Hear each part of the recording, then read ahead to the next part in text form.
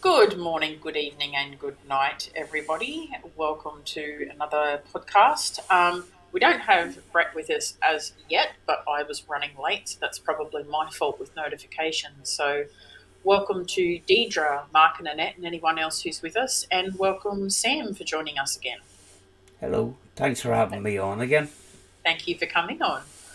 So, basically, what we're going to do tonight is just answer questions that people have. That kind of seems to work well with us.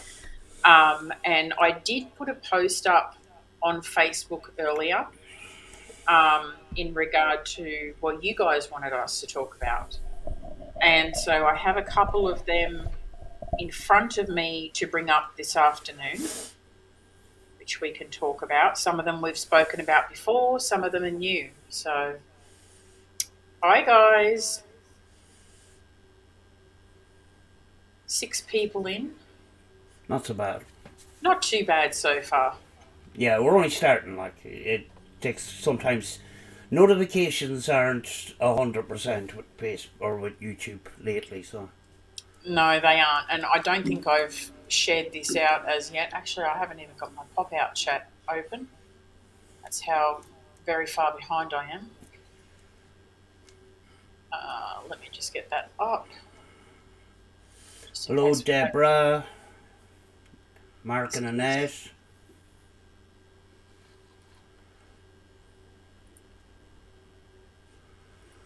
Hello to everybody I haven't said hello to yet.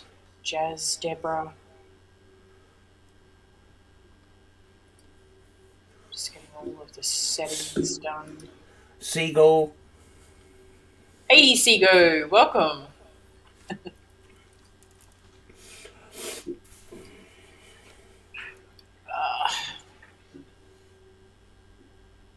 Right, I think I'm going to have to go back to YouTube. Dreamtime. Hello. Hey, Knox, good to see you. Haven't had you in for a while. Jazz. Little jazz. Jazz.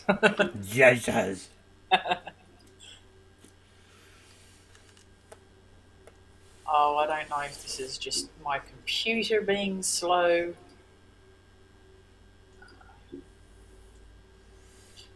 Bear with me for 2 seconds, guys. Yeah, I had to change my setup during the week, and I spend most of that time untangling cables and wires. It's crazy. Yeah, it is crazy. But I don't seem to be having the problems that I did, because I actually have directly connected up the internet to the system rather than Wi Fi. Yep. Wi Fi can glitch, you know.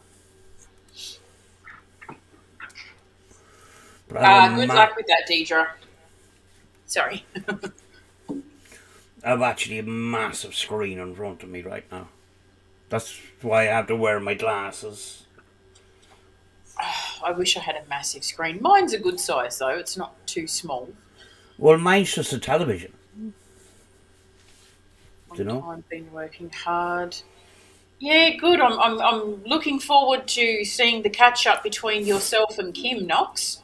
I think that's going to be good, and then hopefully, at some point in time, we can kind of meet up somewhere along the way. I'm trying to plan a couple of trips soon within the next 6-12 months. I've had to put them off, but things are looking up. So, hi, Kim. No sign of Brett yet, so we're going to get into it. Hello, All right. Kim. Oh, there he is! The man of the hour. Hello. Hello, and welcome to Unearthly Podcast, Brett. Sorry, I'm a bit late. I'm having breathing issues. Well, if you need to pop out at any time, you do I'm, what you I'm, got to all, do. I'm all right. I'm okay. Okay. I just had to go and grab a few extra tablets. Yeah. There we go. I'm back. Welcome to the stream. Zoom that in a bit.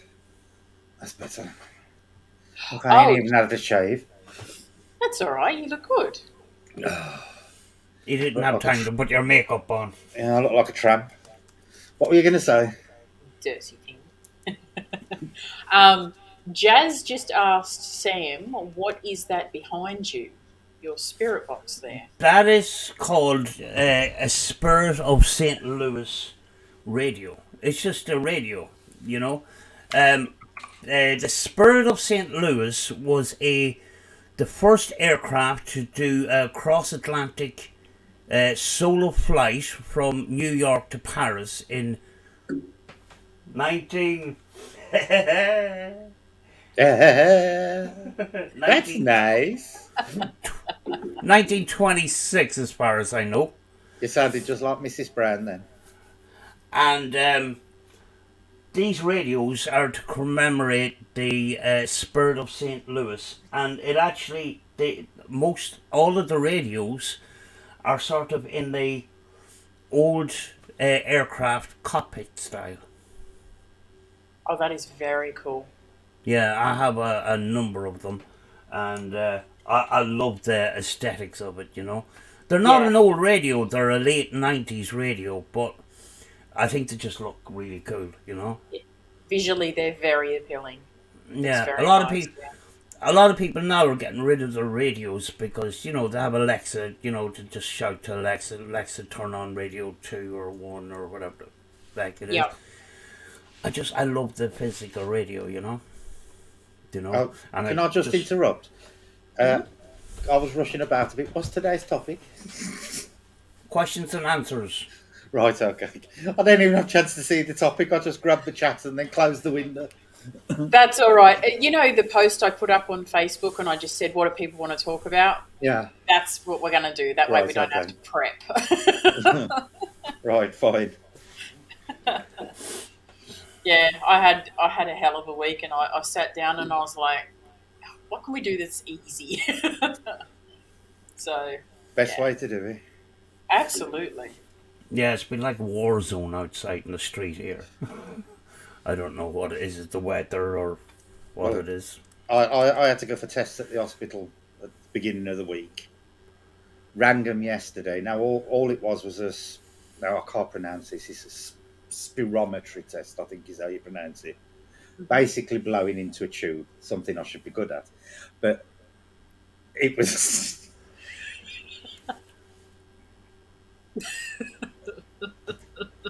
I shouldn't have said that. That just popped in my head. All it was, I had to keep doing these various ways of blowing on this tube. Again, someone else I should have been good at. And I rang them on Friday. I rang them on Friday for the results, and basically it's going to take 2 weeks for the results. And all the woman's got to do is add 4 numbers together and get an average. And it's going to take them that long. Yeah, it's going to take her 2 weeks to write a report before I get the results back. And then I've had another one come through the other day to say I've got my cardio thing on the 25th. So all Oh, fun and games. yeah, that's the bad one. Yeah.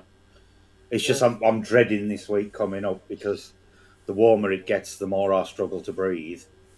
And Monday we've got 37-degree heat, and Tuesday we've got 38-degree heat here in Rotherham. So I'm really not looking forward to that. That is the hottest temperature ever recorded in the country is 38, Yeah. and we've got 38 here on Tuesday.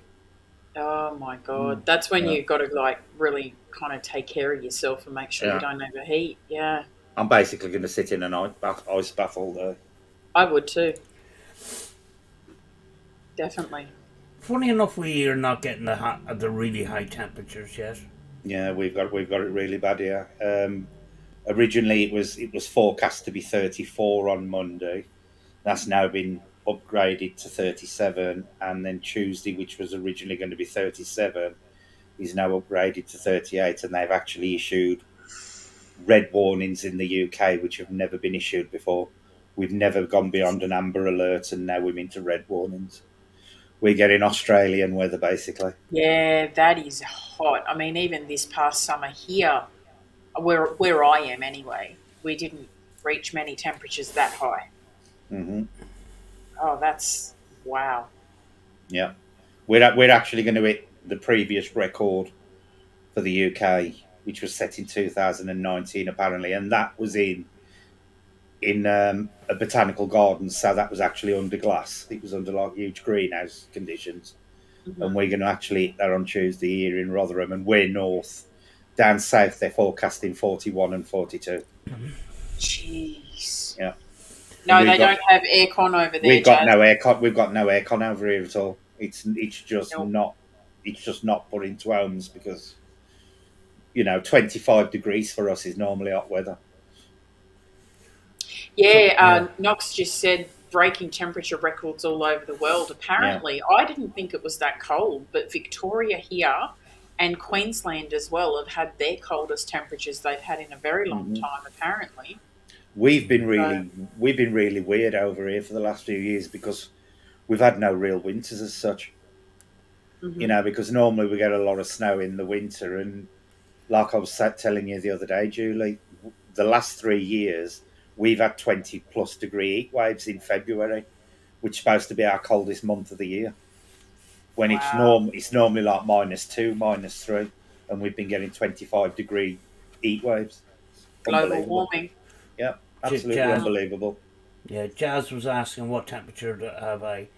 18 degrees centigrade with clouds. It's been raining here actually. hmm So you We're know, 26. We're 26 here at the moment. gee, You just think 26 now to hmm 38, Yeah, that they've predicted, that's a huge jump. yeah. Wow. Yeah, that's Well, crazy. I've got my fan ready, so I'll be okay. That Yeah, fl- keep that that on. that that floor fan ain't going off for 2 days. It'll just run constantly for 2 days. All right, keep a bowl of yeah. ice water in front of it and blow Yeah. the cold around. Jazz, the 18 degrees is 18 degrees centigrade, so it's comfortable. It's normal summer temperatures, not cold. You know, I'm happy with that. Yeah, But Yeah, you guys are used to that temperature. I'd be more than happy with 18 degrees. More than happy. Mm, yeah, definitely. if you get higher temperatures, we normally get them as well. So I don't know hmm what's gonna happen. Yeah. Do you know? It's crazy. We've had You, a couple of minus degree at night. Like at the moment, it's 4 degrees here. It's going to be down to zero tonight. yeah. It's the Gaia effect. This is Mother Nature Mhm. starting to take her own back, Yep, she without a sure doubt. is. We won't govern ourselves, so she's gonna. All right, so we've got quite a few interesting topics from just a few people on the post so far. Um, I don't know where we want to start. I'll read them out and then we can pick somewhere to start. So, Jazzy's spoken about um, seeing the ladies in white phenomena, which we've hmm kind of touched on before, particularly on highways and things. Um, Julia King from Cemeteries Down Under kind of touched on cat balls and has given her opinion on that. And we've spoken about in the comments about devices and things like that and the hmm accuracy of them and how people feel they do or don't work. hmm Um, my sister has said intuition and sixth sense. Um, any experiences that people have had in a cemetery, if they've seen ghosts or cars, like ghost cars. In a Um, cemetery. Cemeteries in the United States and Australia are completely different to the cemeteries that we have. You know, we Yeah, don't I was like, have. highly doubtful we'd see cars in our cemeteries. no, I read that wrong. Sorry. Any experiences in a cemetery, or if they've seen a road apparition, ghost, or car. Right. Okay. Um, and then Brett's. Yeah, which you haven't abided to. It's too cold. Brett thought he would add something in and say that he personally thinks that the female panelists should do the stream topless. I've said it's too cold. Sam's got no excuse. It's 18 degrees. Well, it's warm over there. um, um,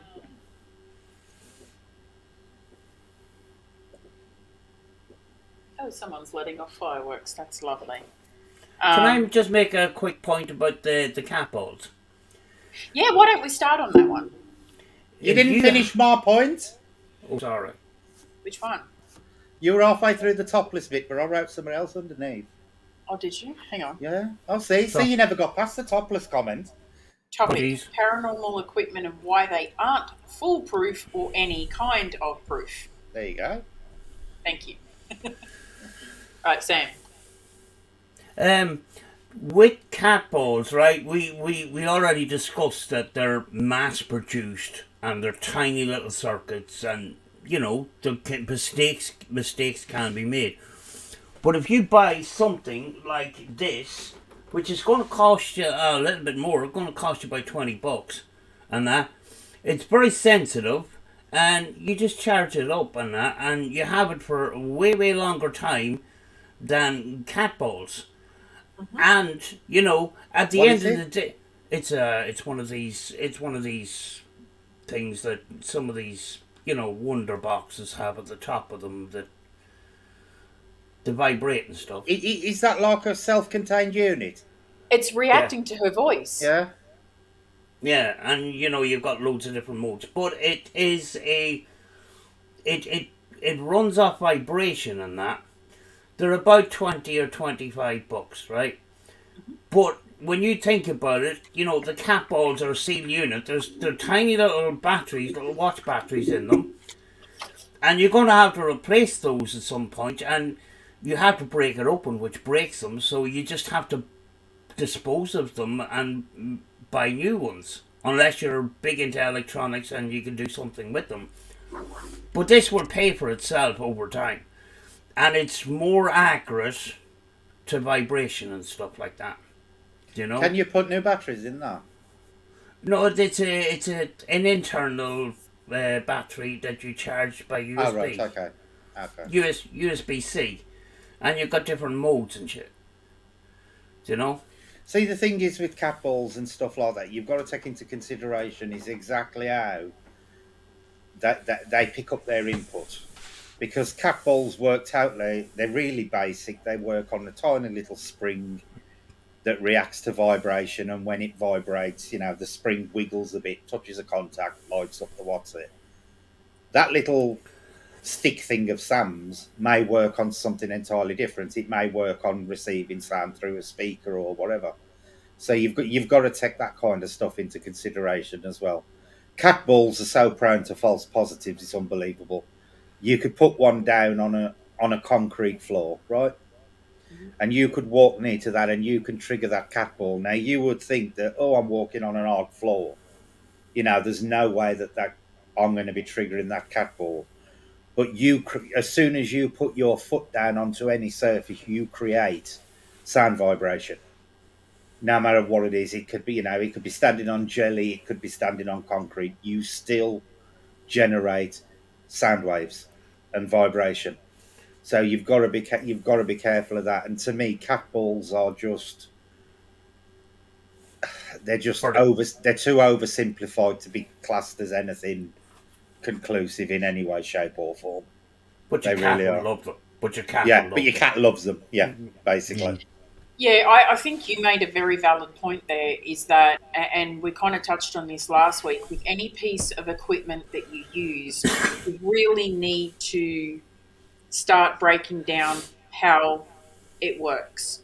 Yep. And if, for instance, people are going to give the argument, well, an energy source, because our souls are made of energy, the energy can close the circuit and make it light up, blah, blah, blah. Well, what kind of energy are we? How do we measure that? How do we know for sure that is actually what's happening?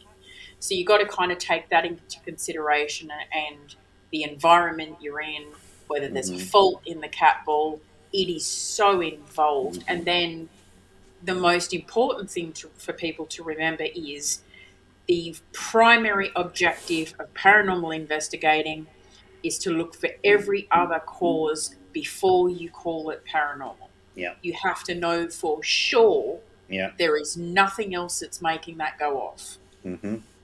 Yeah. You know, and particularly with, and this is going to sound really stupid, but particularly a lot of people use them in outdoor environments, places like cemeteries and stuff like that.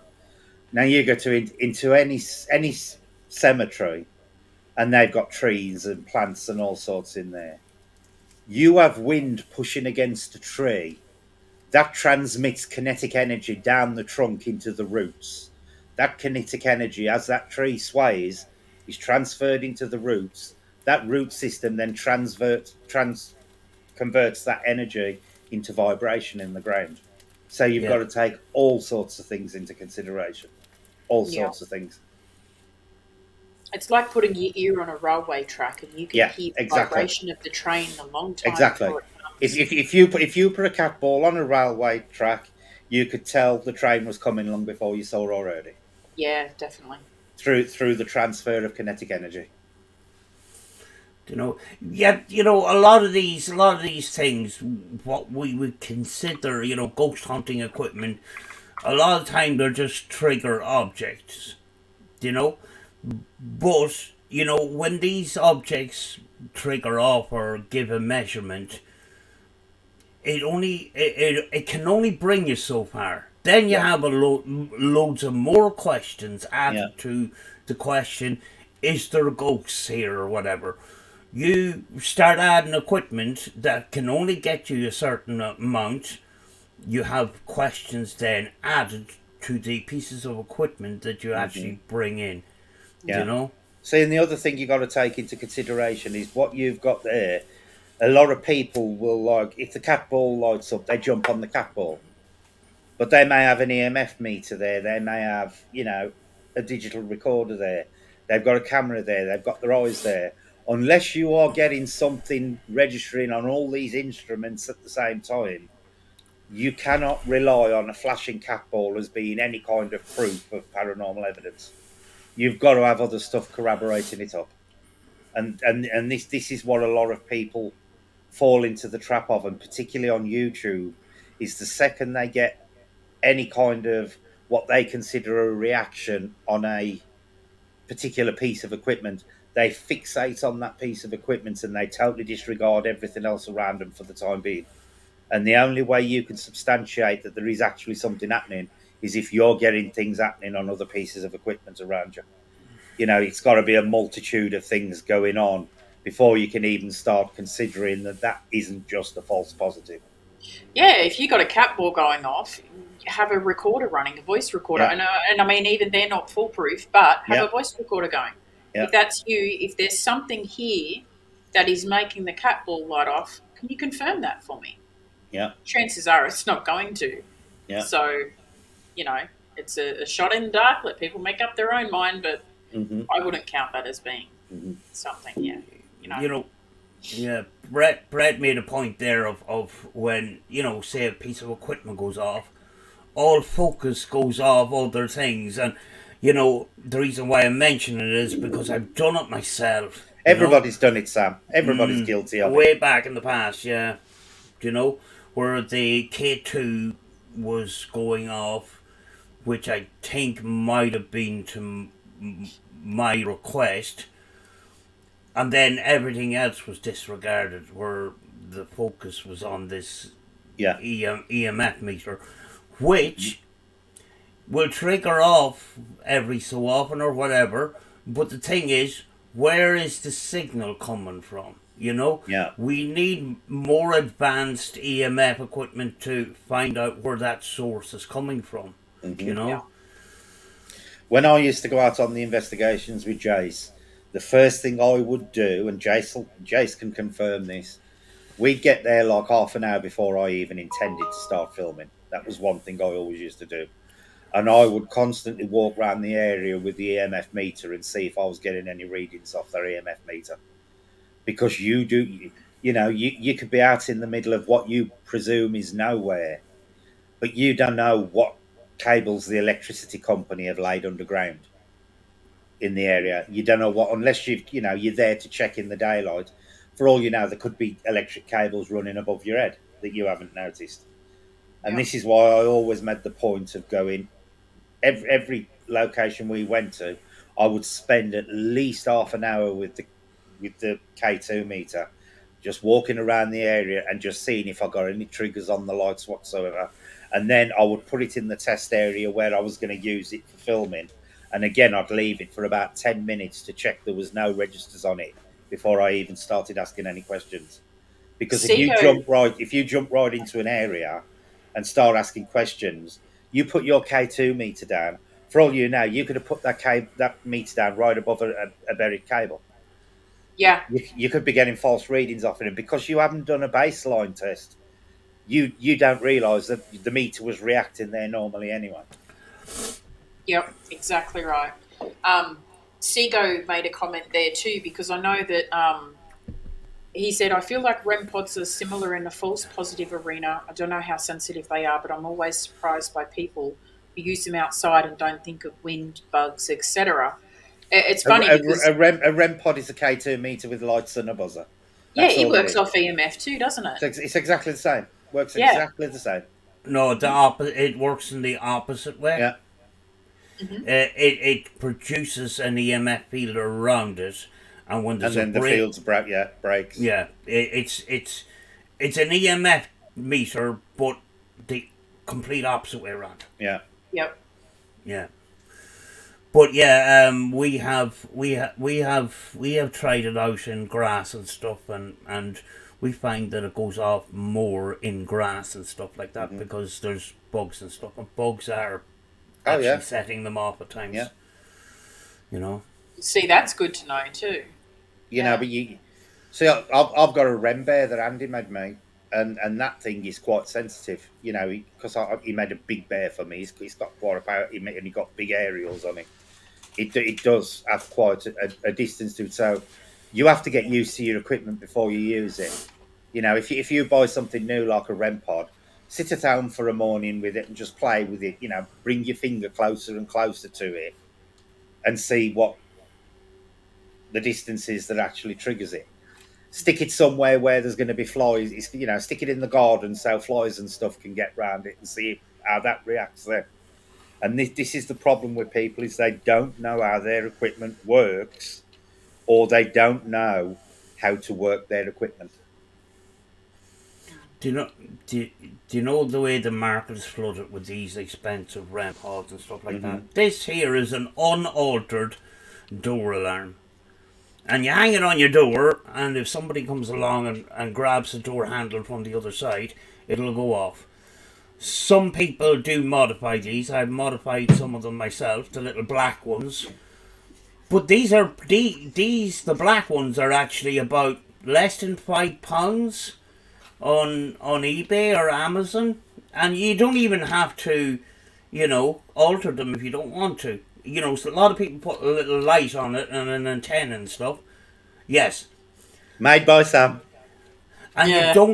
you don't have to alter them if you don't want to. Actually, it's good to have one or two of them where you can hang on doors in places, but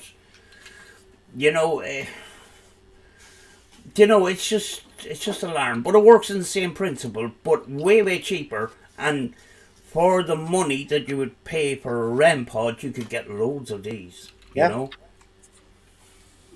Well, I think if you can actually go online to electric store and you can actually buy, REM bears and stuff. You can actually buy the little kits, and I think they're about £8-9 online. Yeah. That's all they cost. That's all they cost.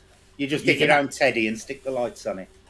You can actually get the same circuit that you would get in a REM pod for something like $10 or $15. Mm-hmm. You may have to put it together yourself, but you talk about the price of REM pods and stuff like that. It's just, and I picked up a real REM pod clearing up for an investigation one day or one night. I was working with another team, and I picked up this thing, and I said, this thing is 160 quid, and I showed it to Rachel. Says, feel the weight of that. Yeah, it's an empty plastic. It's an empty plastic tube. Oh no! I says, I'm glad I didn't buy one. You know. You actually have a video on your channel that shows people how to make one of those little REM pod things like Brett showed us, don't you? Yeah, it's quite simple. You know, Is that on Life After Life Productions?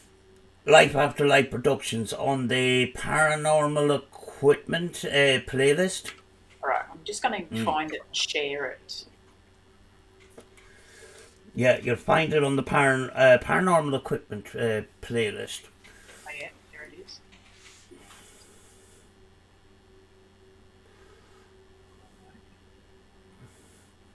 DIY ghost hunting equipment.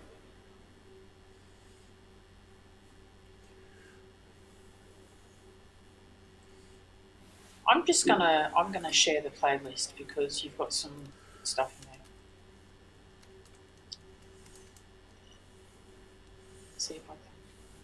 Yeah, there's hacked radios there. You can buy some radios for 20 quid and hack them. Then you got yourself a spurt box. You know, no need to, you know, fork out loads and loads of money. I've done it myself. I got ripped off myself, so I don't want other people to go through what I have done. You know, what I've gone through. You know. Yeah. And the bits and pieces to put one of those little REM pods together, I've had a look myself, and they are quite cheap. Mm-hmm. It's a really good way of building them yourself if you know how. Yeah. Yeah. You need an antenna, which is 99 cents or whatever, an antenna, and a bulb. You can get these LED bulbs for cars that are different colours for the side lights and stuff. You can get a bag of them for £1, £1 or £2. That's all you need. You know. I didn't even solder the ones that I made. You know, but I'll be back in a sec. Okay. You know, a bit of soldering experience might help. Not, but I actually have a soldering iron too. I found it in my little toolkit. yeah, I'm crap at it. I must practice a little bit more because I do have a radio to fix. Actually, you know. Science was my best subject in high school, believe it or not. I used to love sitting and building the little circuits and light switches and things we had to put together. I should have become an electrician or a scientist. I was not very good at the practical stuff, and science was a thing that I struggled with. But one day, there was this lesson on energy, and you know, you get all these equations, pi equals 3.14, and I'm going, what's that got to do with every fucking day of life and that? Yeah. And it goes in one ear and out the other, and I go, fuck, I'm just confused. And I didn't know I had dyslexia at the time.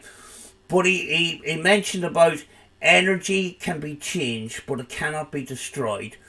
And then he added, that means that there is a possibility that ghosts exist. And after the class, when everybody was gone, because everybody used to bully me anyway, and if I asked questions in class, they would turn around and go, fucking stupid question, you know. But I waited until everybody was gone, and I asked him about the ghosts and stuff, and he says, it's possible to hear, possibly what we think is a spirit voice. And I go, really? And he says, yeah, there's this, we use radios, we use static radios. This is before scanning and all the rest of it. And I was intrigued in that. And I went home, and a couple of nights later, Marcello Bacci came on the news. There was a news article about Marcello Bacci, and I'm going, wow. And Mum was going, that's fucking fake, you know? Yep. That's nonsense. And that. And I went back to school, and I says to the teacher, I says, did you see the thing on the news about this guy in Italy that talks to ghosts on the radio and that? And he said, yeah, I actually have a VHS footage of that guy. He says, I'm a big massive fan of this guy, and we got talking about it, and we ended up after school then mucking around with the recorders and stuff. They had reel to reel recorders and they had wire recorders. Way back years ago, one of the first EVPs was a priest recording chants or something like that, and it was done on a wire recorder. We actually had one of those wire recorders in the lab, and that we were using it. It's a pain in the ass because the wire, it's stainless steel wire, but it's extremely thin, and when you're rewinding it, it goes around at such a high speed, and at any moment the thing could snap. And very often it did, and you just end up cursing and swearing. But we did try, EVPs with the wire, and we reel to reel, and we've had these Faraday tents where we put the recorders into and stuff like that. Yeah. And I went home then. I got really interested. Went home, and my dad does welding, and he does work. He used to do work with cars and stuff. I found this old car radio, and I found some wood, and I made this little box, and I put this little radio into it with the manual tuner on it, and a TV speaker. I put the TV speaker into it and everything. And then I found when I watched one of Marcello Bacci's videos where I seen this little microphone. So I connected up a microphone and I tried to connect it up to the circuit in the radio, and actually when I spoke into it, my voice came out of the radio. And then my science teacher then disconnected the tuner and that, and I used to call it my ghost radio, and that. But it was kind of disguised at school as an amplifier because it looked like a little guitar amplifier and that. Yeah. Because I didn't want to get the piss taken out of me at school. But my science teacher after school used to work on that radio for me.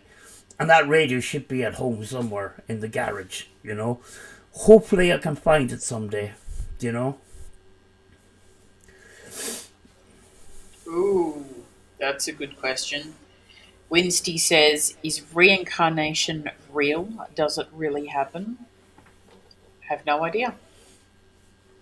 I believe it's real, but we're not going to know until we die. Yeah.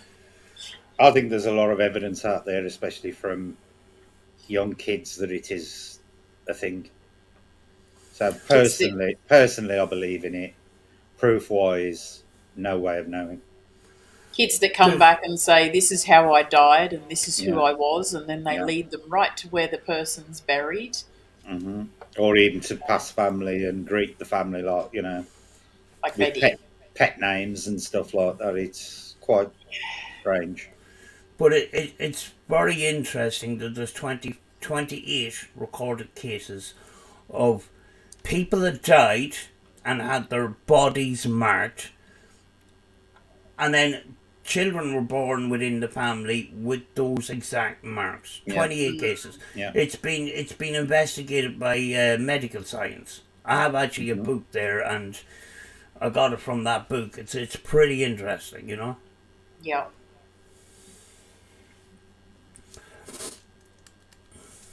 My son and I made solid rocket engines out of powdered sugar and stump remover.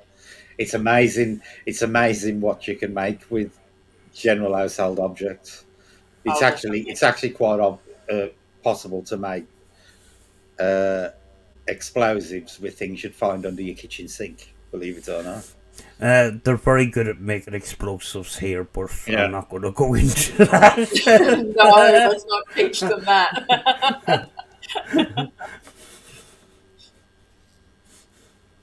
Jack says, I'm a ham radio operator. Oh. I've scrolled through millions of frequencies and talked to people all over the world. That's why I wonder how the spirit box works. See, I've often talked about this because I used to be a big CBer. I actually met Jay's mum through the CB. That is how we met, on the CB. And we used to do a lot of what we used to call long-distance CQ transmissions from the top of local hills in the area, like highest points in the area.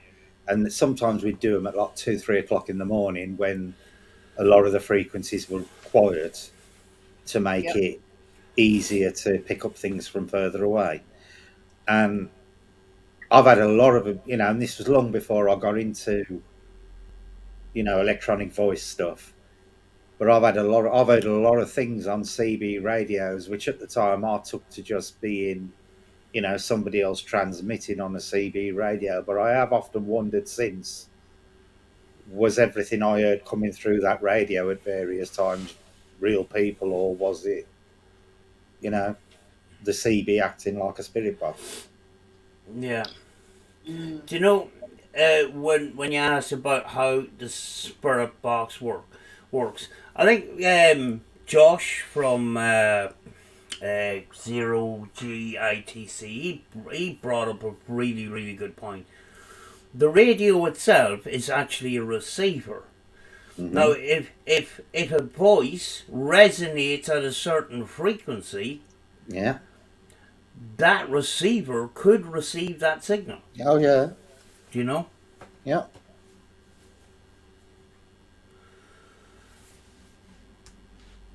Yeah, Right. as Kim said, you need to go check out Sam's channel because Sam's actually been doing a lot of work with the boxes lately, and kind of going into communication like you're just talking to people, rather than if you're trying to speak to somebody that's dead, just to see whether there is something else out there that we're talking to. So Yeah, I set up that channel as basically an observatory, and I'm not jumping to conclusions. I don't call them spirits. I mhm. just call them communicators Mm-hmm. because we don't call ourselves human beings every day. Yeah. So Yep. I just keep the labels out. Mm-hmm. Just react to what's coming through, you know, Mhm. rather than. I think a lot of people are following the masses. Yes, Mm. yes, there's great evidence from way back years ago that we're possibly talking to spirits. Yep. But really, do they want to be called spirits all the time? And do they want to be answering questions about how they died and stuff? I don't think so.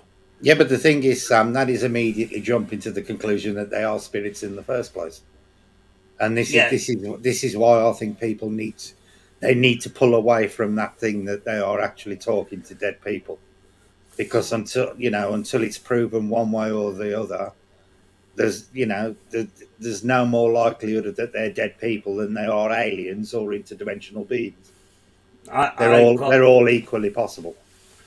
yeah, I got a Yep. transmission the day before yesterday, and it was kind of like robotic. It was completely different than anything Hmm. else that I've ever recorded, sort of thing. So I don't know.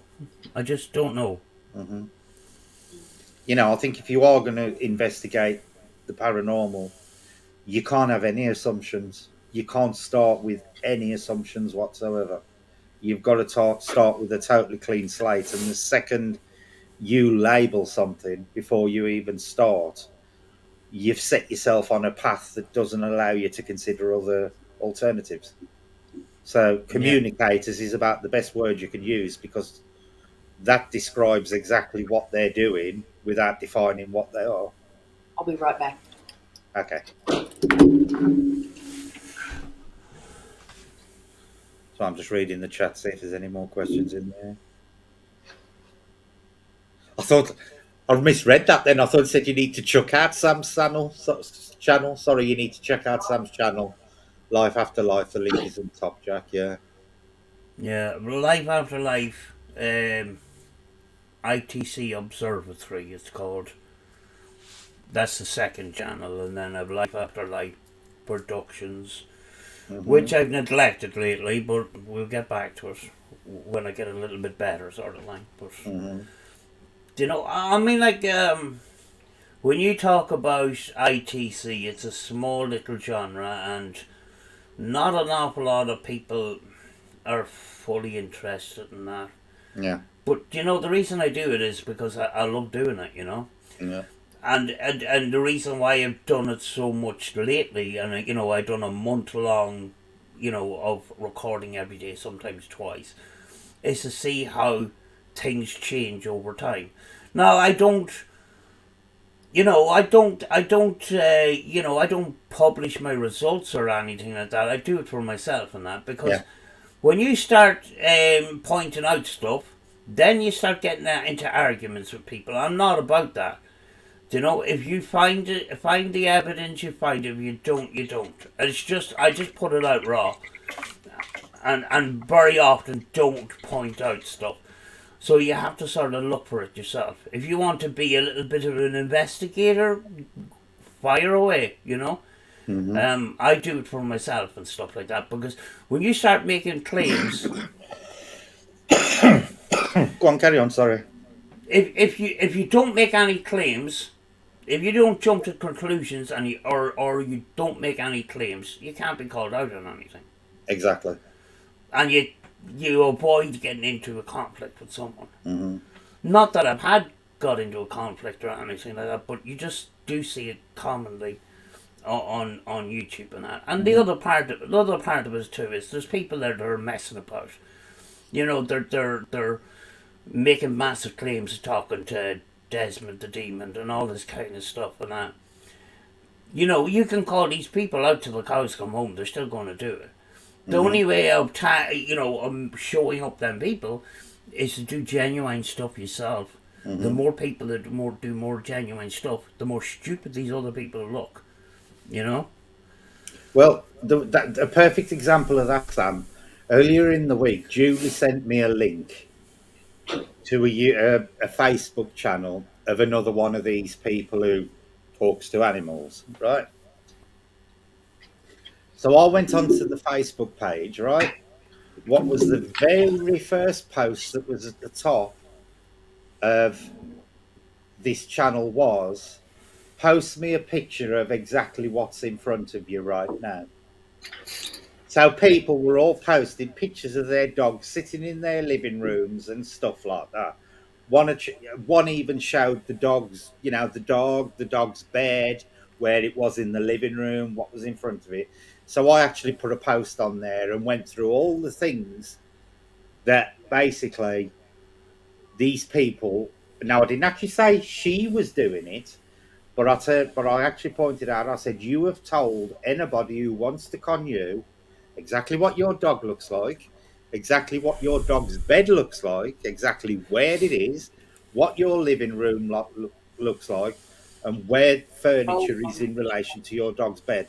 Do you know I was banned within 3 minutes of putting the post on there? And I hadn't insulted the woman once. All I had pointed out was everything that was said in posts concerning pets could be taken off them pictures. And I questioned, why do you need to ask people to post photographs of what's in front of them right now? If you are a paranormal channel, why should you be asking people to post pictures of their living rooms or whatever while they're on your channel? Post. or Do you pictures of know? their pets. Yeah. Well, if the question we came across, post a picture of what's in front of you right now, you could have an awful lot of fun with that. Yeah. Well, this is You this know? is the one that claimed to talk to dead pets, and Yeah. like, take a picture of what's in front of you, or the pet or something, wasn't it? Yeah. And that people are posting pictures of their dogs and stuff, and mm, I think It's it's like it's like the one we watched last week. It was on a channel over here, and it was this woman, and she was as nutty as a fruitcake. And they were basically putting little short videos of their life. These were live pets; they weren't dead pets. yeah, These were live pets happily running around the living rooms. And basically, all she did was she saw something like a terrier, and she basically started telling these people all the traits of a terrier. Now, anybody who owns a dog, and specifically a pedigree dog, they know that certain breeds have certain traits that which is inherent in all that breed. Like yeah, Shebas, Shebas are notorious for being really independent and aloof. They're also known for being totally unreliable off lead. So if you let one off lead, 9 times out of 10, it won't come back. It could just wander off on its own thing. They showed a picture of this woman's terrier, and this woman then went on for the next 5 minutes banging on about, oh, this dog's really independent, but he's very loyal, and if he sees anything in the garden, he runs chasing it, blah, blah, blah, blah, blah. And I'm sitting there thinking, you're just describing every single terrier on the planet. But then she started going into specifics about people's holidays and where they were going. And apparently, this one dog was telling her the exact town in Devon that this couple were going on holiday. Now, again, this was on Facebook, and what you've got to remember there is something called warm reading.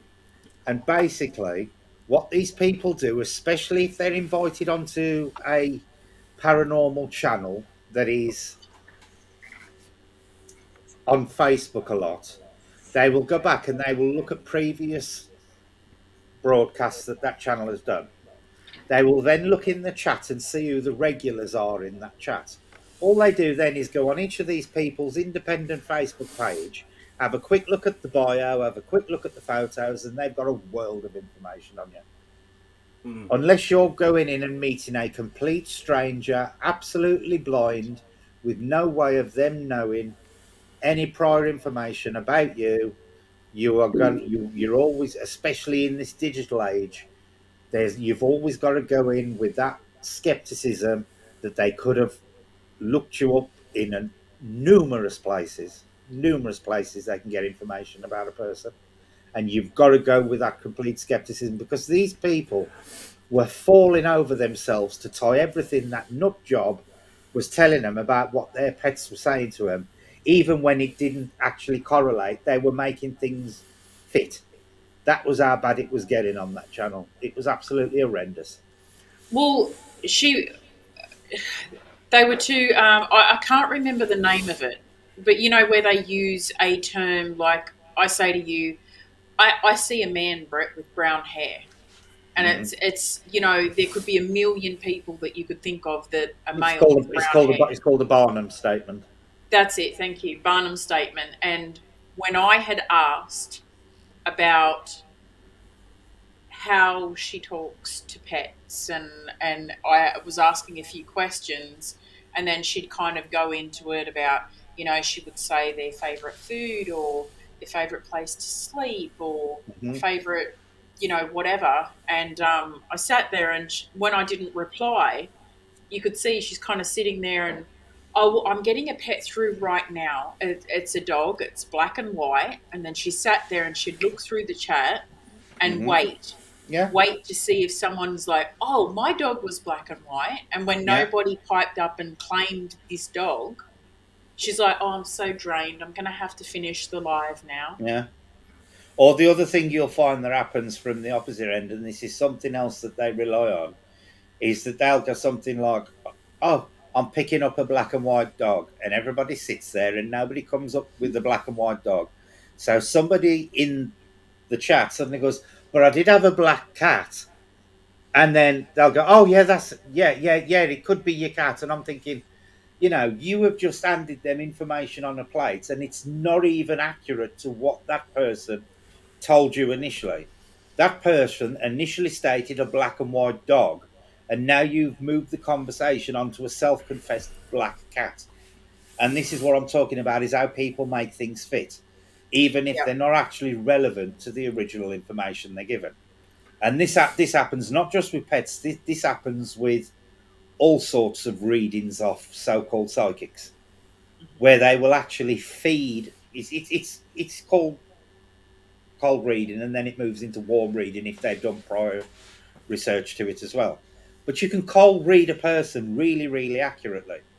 Like, you'll always find that they always call up a grey haired, motherly looking woman who everybody straight away presumes, thinks of, is their granny 9 times out of 10. And one of the first comments that normally comes out of these psychics' mouths is, "And she was always very kind to you, and she said she loved you dearly." There's very few people who had nans who didn't like them. Yeah. And that is your typical Barnum statement, and that is how they do it. It's a combination of warm reading, cold reading, and Barnum statements 9 times out of 10. Hmm. They'll also take in things like the way you dress, what your age is. Say if you say that they go into a room full of people to do a reading, and they see people like my age, right?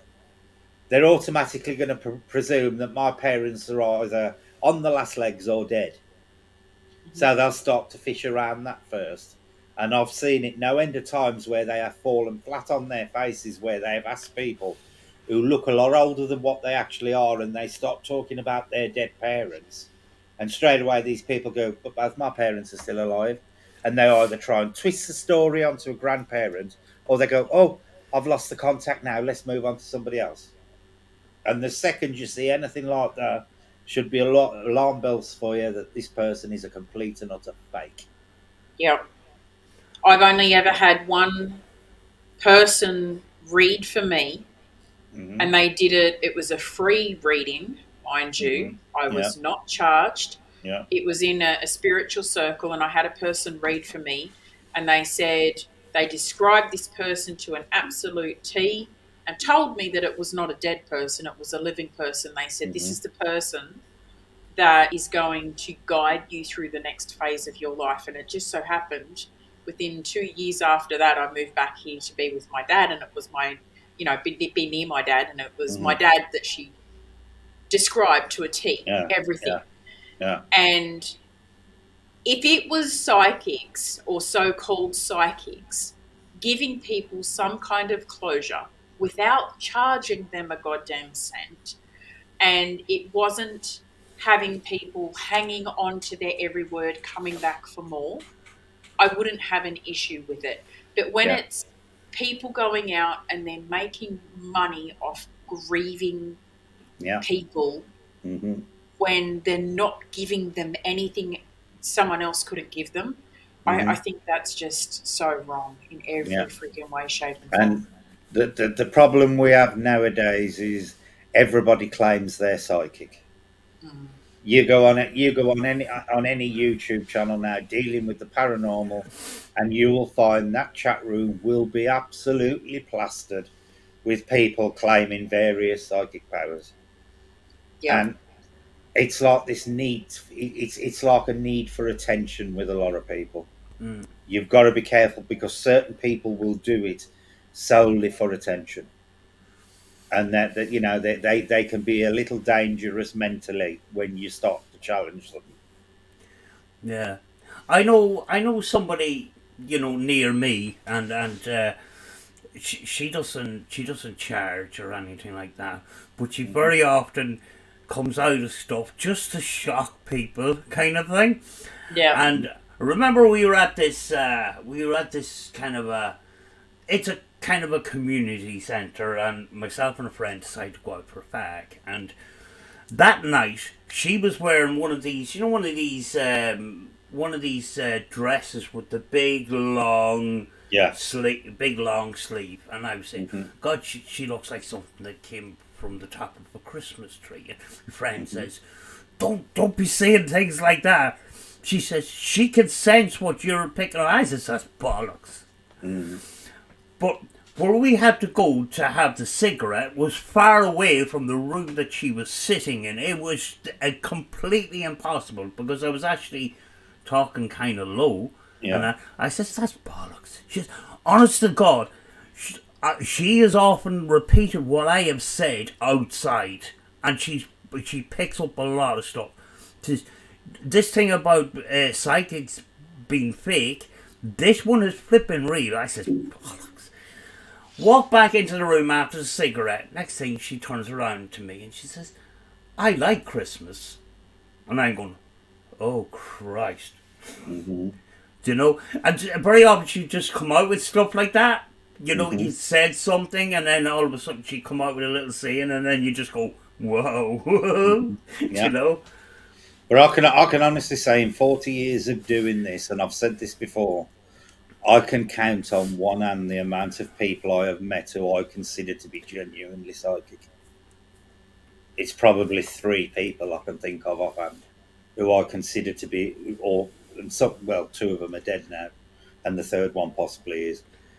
But I can honestly say, in all that time, I have only ever met probably three people I can say who personally I consider were genuinely psychic.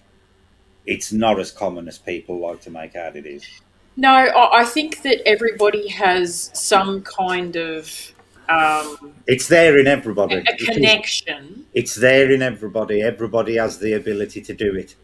But Yeah, most people, because of the way they live and the way they were brought up, are shut off from it, sort of thing. absolutely.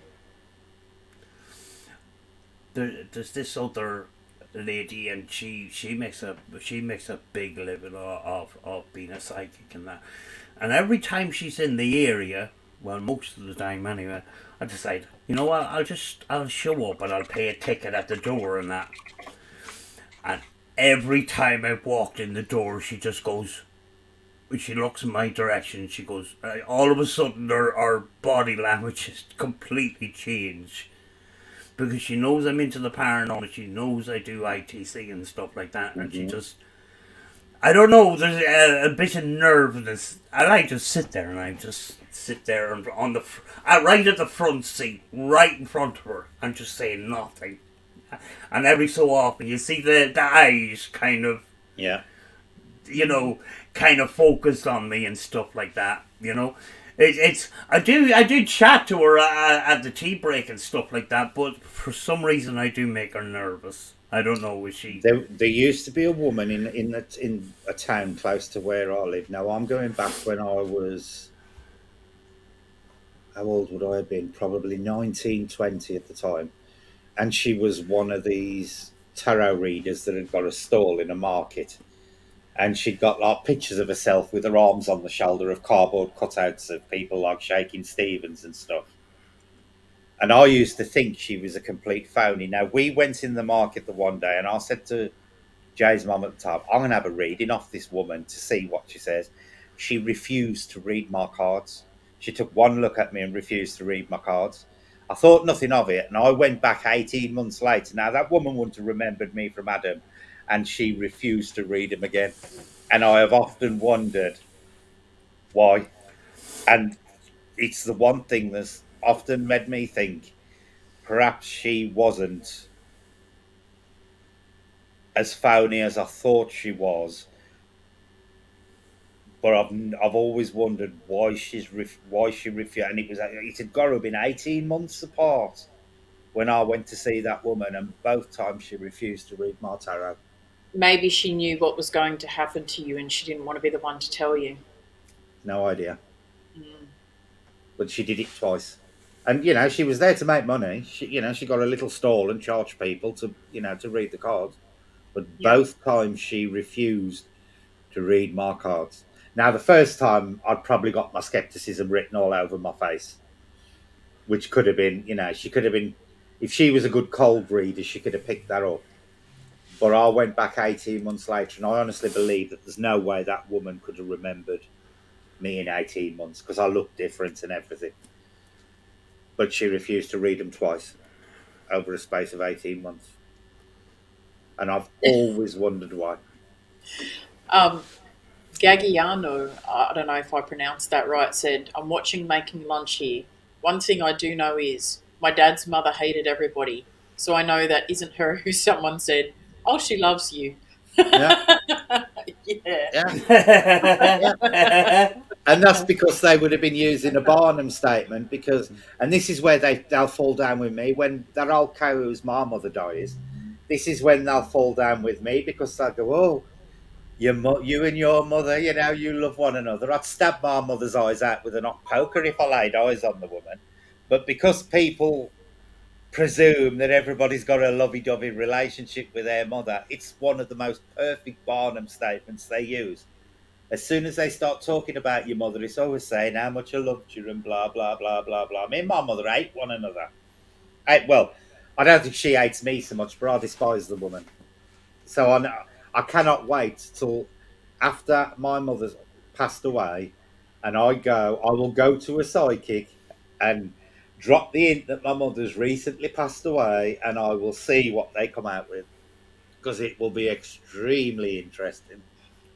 Mine always Ah, said she'd come back and haunt all of us, so I've been waiting for it, but it hasn't yeah, happened so far. yeah.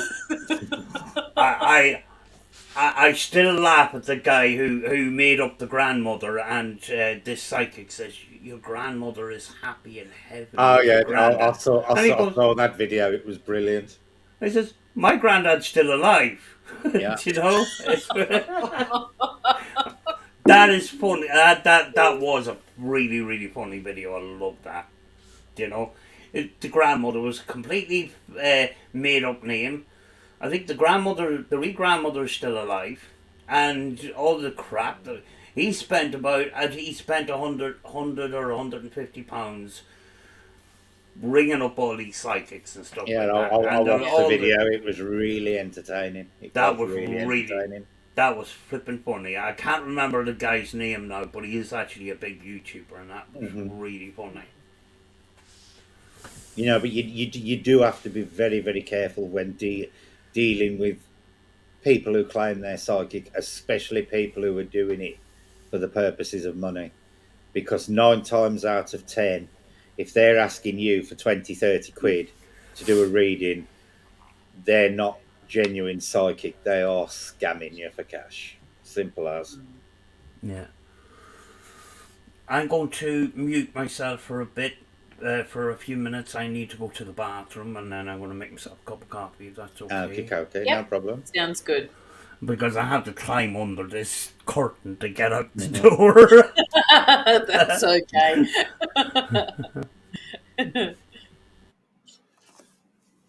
Makes you always think, why must spirits people see are like Victorian dresses and Roman soldiers, but never someone in a Nike tracksuit? Actually, that is not true, Gagiana. There have been numerous reports of people dressed in modern clothing who people have thought were living people and have vanished. It's just that the Victorian ones and the Romans, because they're more unusual in this time, they're the ones that actually get more attention. But it's just as much chance to get a report of a ghost dressed in a Nike tracksuit than it is to get somebody dressed in a top hat and tail sort of thing. It's just that because they're older, they tend to get, and more unusual, they tend to get more attention. Yeah, it's funny that he said that too, because you remember that time. This is going back a couple of months now. I said how I had been driving home from dropping the girls at school, and Hmm. on the corner, a block away, I saw a young gentleman with Hmm. a fire engine red shirt on, and it had the Adidas symbol on it. Yeah, And I looked, and as I was going around the corner, I turned to look again, and bang, it was gone. He's yeah. gone. No, not running up the road, not gone That into a that house, that nothing. that that woman I picked up on my bus that night. Who I've told you the story about that woman who got on the bus. Yes, you should tell them that story. She showed me a bus pass. She actually showed me her OAP bus pass. Oh my god. So you do get modern apparitions. Mm. And That some that you genuinely yeah, think they're real. yeah. That woman was as solid as you or me when she got on my bus. As solid as you and me. There It was is absolute, crazy. apart from the fact she never said a word to me, and I just thought she was your typical pig ignorant OAP who's being a bit belligerent. Hmm. She got on the bus. She got the coat on, the scarf. She showed me a pass, never said a word to me, sat down in the seat behind me, behind the screen, and that was the last I saw of her. But she actually showed me a bus pass, That's her OAP bus amazing. pass. You know, so That that is, they ain't all Roman soldiers and Victorian dresses and stuff. There are a lot. There are a lot of modern day ghosts out there. I think the one that Knox had mentioned is probably a good one to go into as well. So this one here, why don't we get any foreign accents while using the spirit box or voice recorder? I, I the do. first I do. time I have. the first time I read this, I thought um, languages, because I Hmm. remember the time that I had picked up German while I was in Hmm. South Australia. Yeah. But I think what Knox meant was the different accents on the radio, not necessarily speaking the language, just sounding different. I have had spirit sessions where I've had not only accents but foreign languages, but I have had accents as well. Really? Yep. Yeah. See, I I, haven't had that as yet. I had one up here when we did the Abbey video, and the one person coming through on that had actually got a strong, to me, it's a Cornish, what our class as a Cornish accent to Southwest England. Now, bear in mind, at the time I was doing that up in the north of it, we're up in the north of England, but the one monk we kept picking up had definitely got a Cornish Southwest accent. And the one night I did a session at the old house, and I literally had a session almost completely in French. I have no idea what they were saying, but I knew, you hear French and you know it's French, but Yeah. I couldn't tell you what the hell they were saying. But almost the entire session was in French. Wow. I used Sandy Lachtar's voice backways, and I actually got help me in English frontways. Hmm.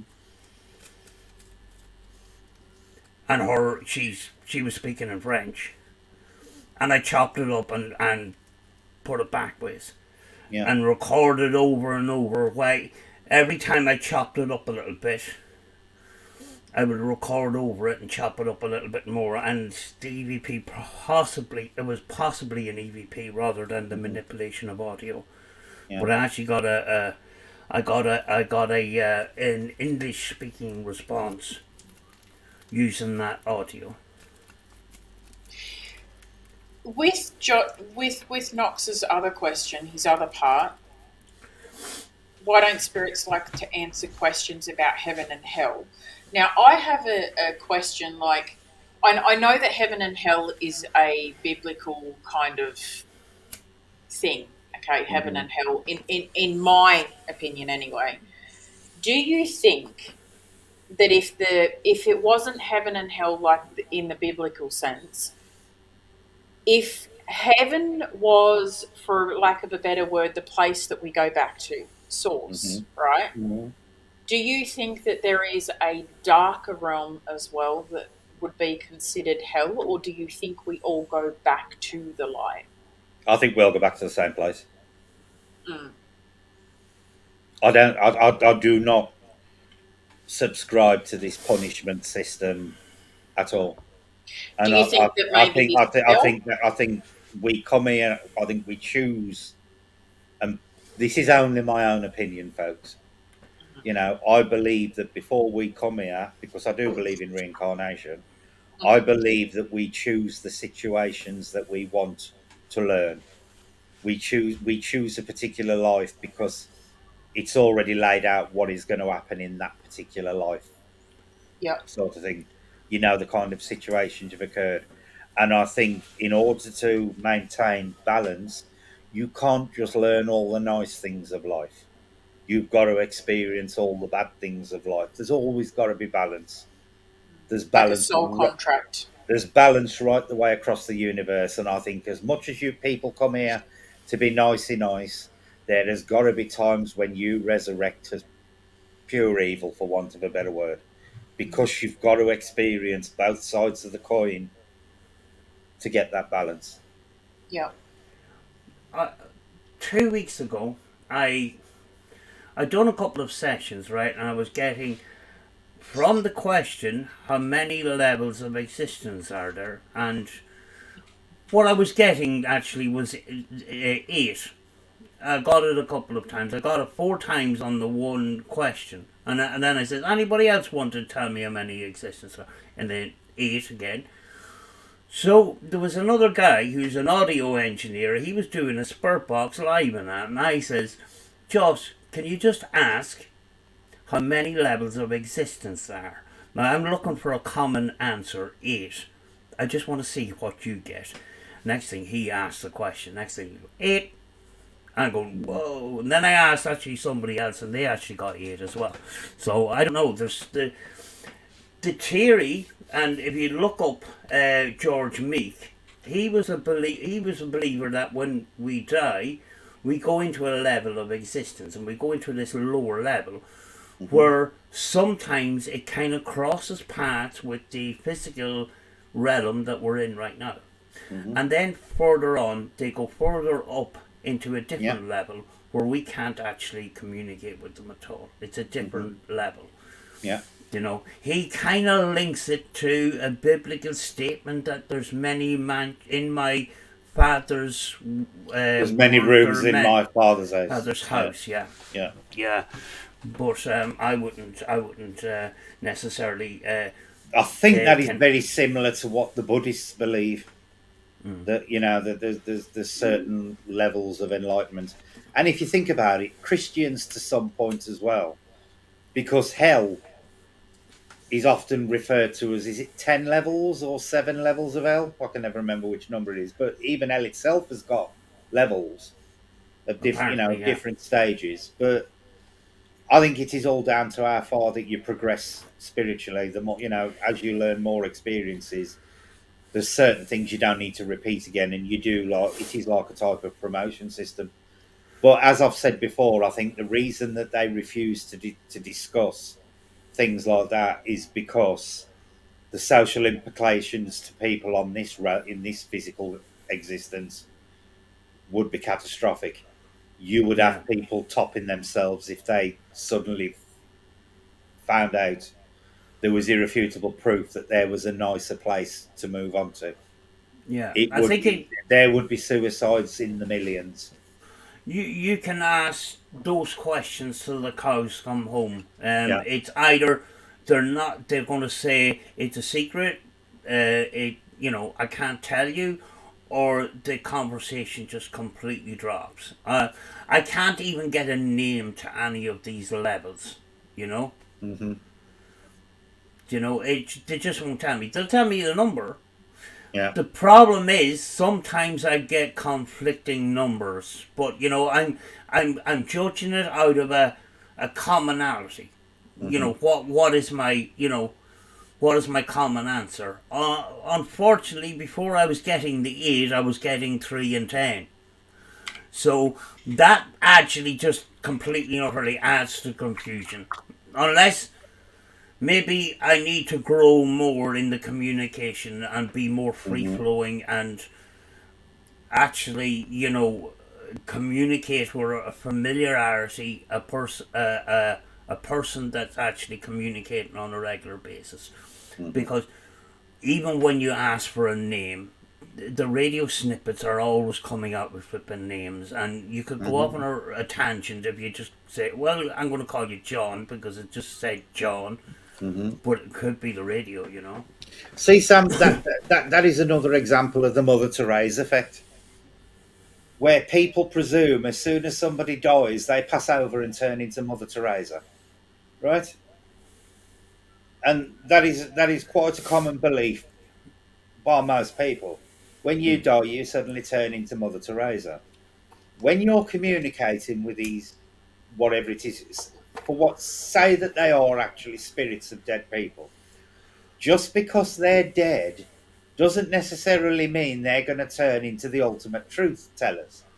mm, They're more than likely going to remain exactly the same as they were when they were over here. So if they were a liar in life, they're probably going to be a liar in death.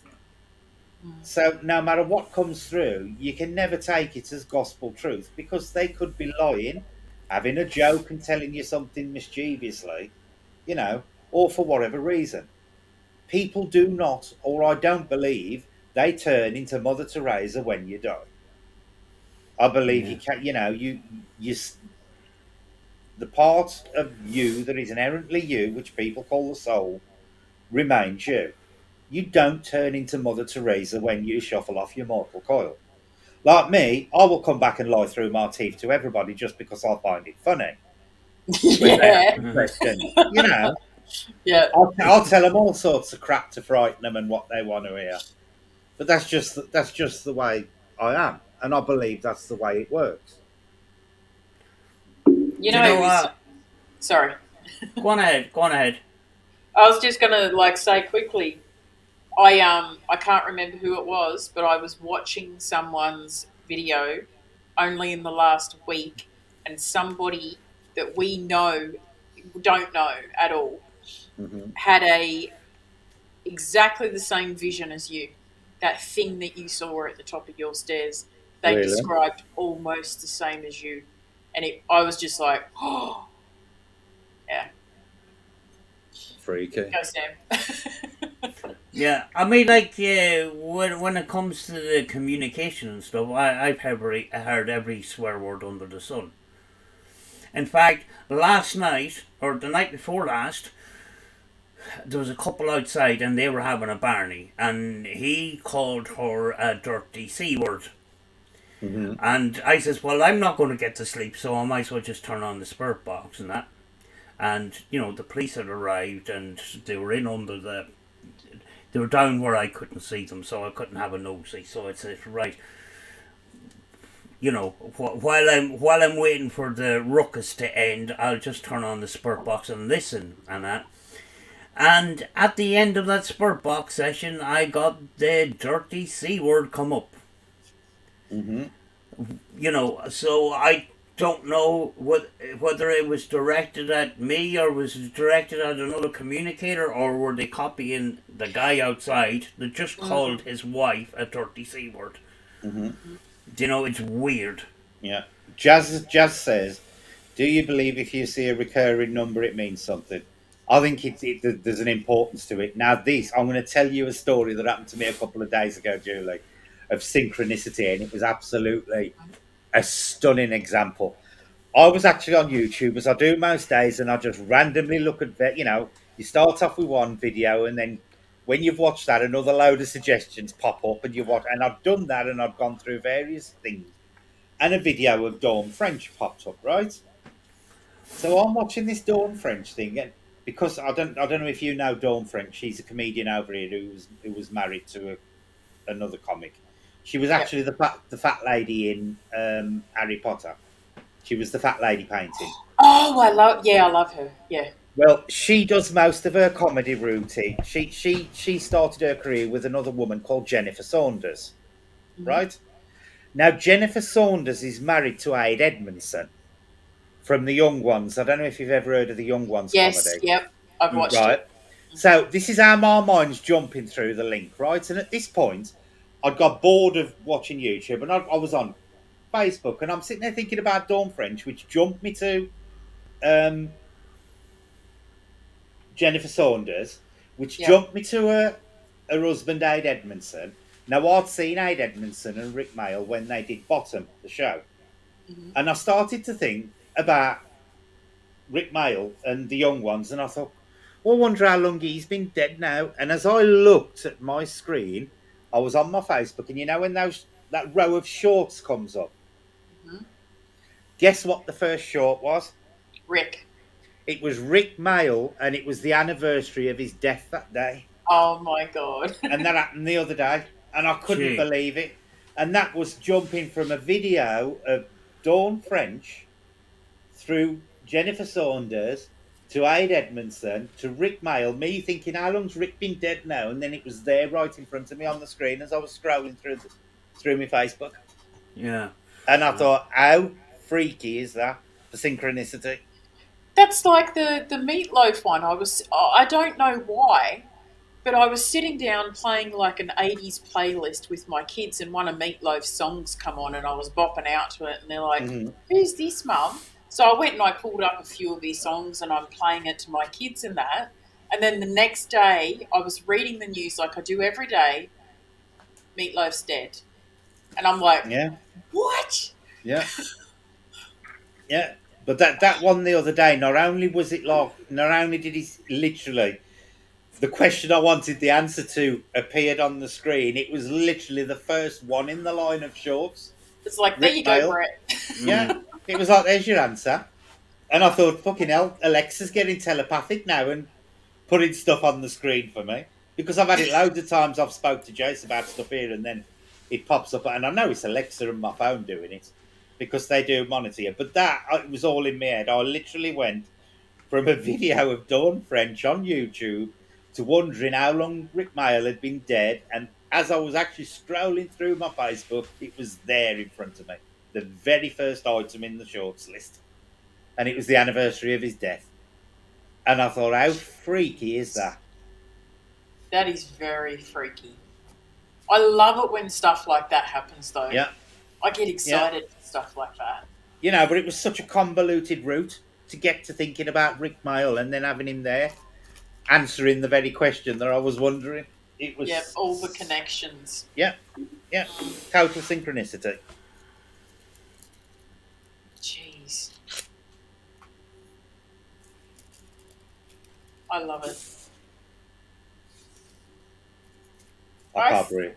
I can't breathe, so I'm gonna have me a cigarette. just looking through. So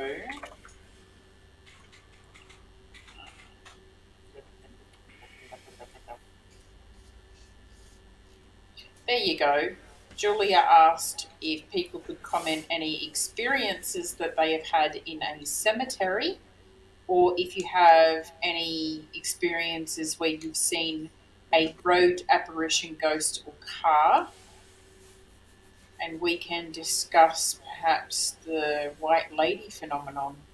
I think that's the last one that people have commented. It's normal tobacco, Jack. It is normal tobacco. It's normal tobacco. Hmm. No, it is. Yeah, I know.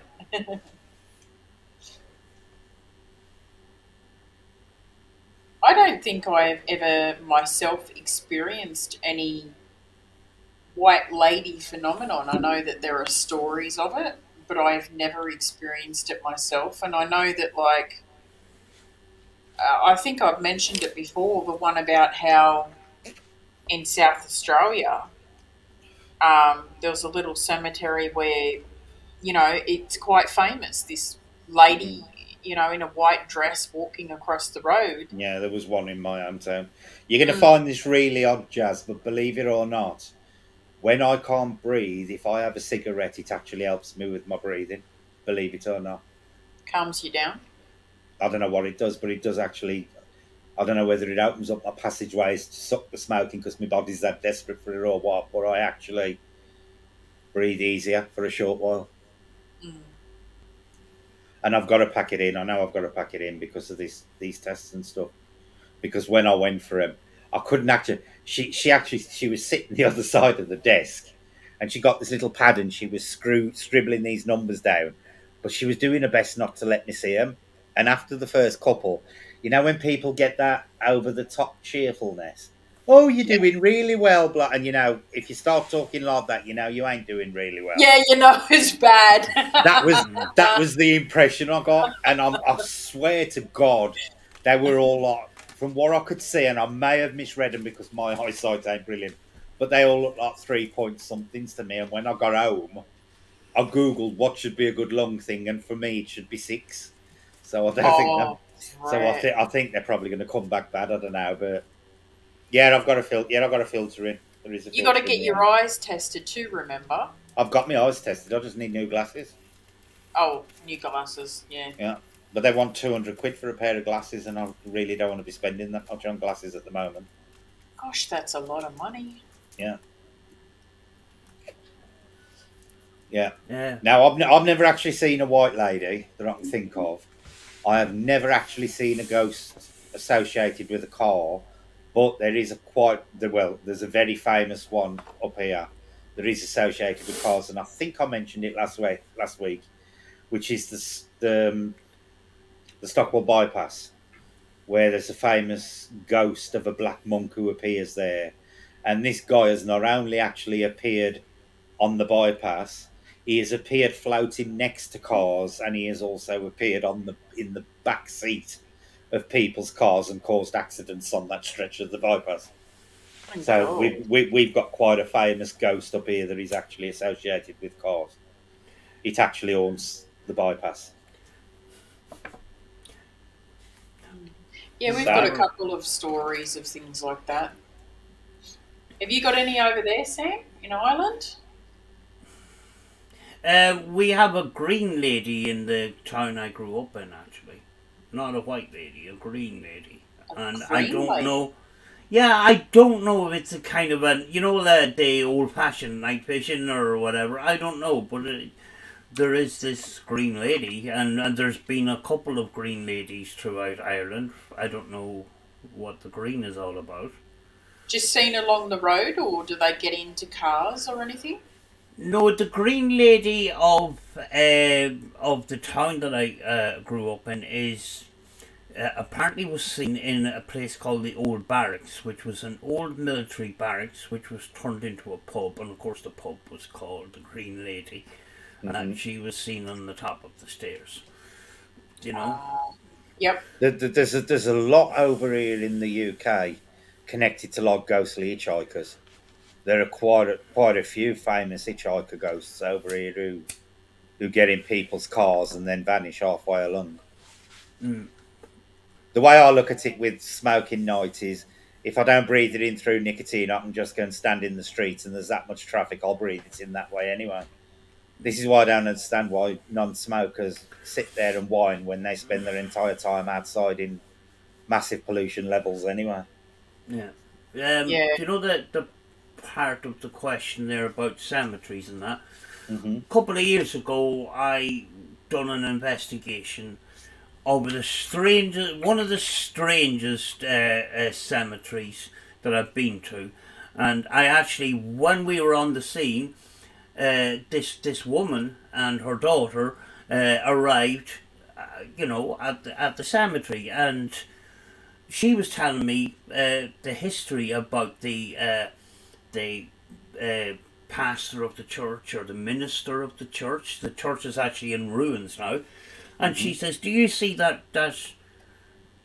grave? The rest of the graves are in the cemetery. This grave here is on the." I says, "Yeah, that's Reverend whatever his name was."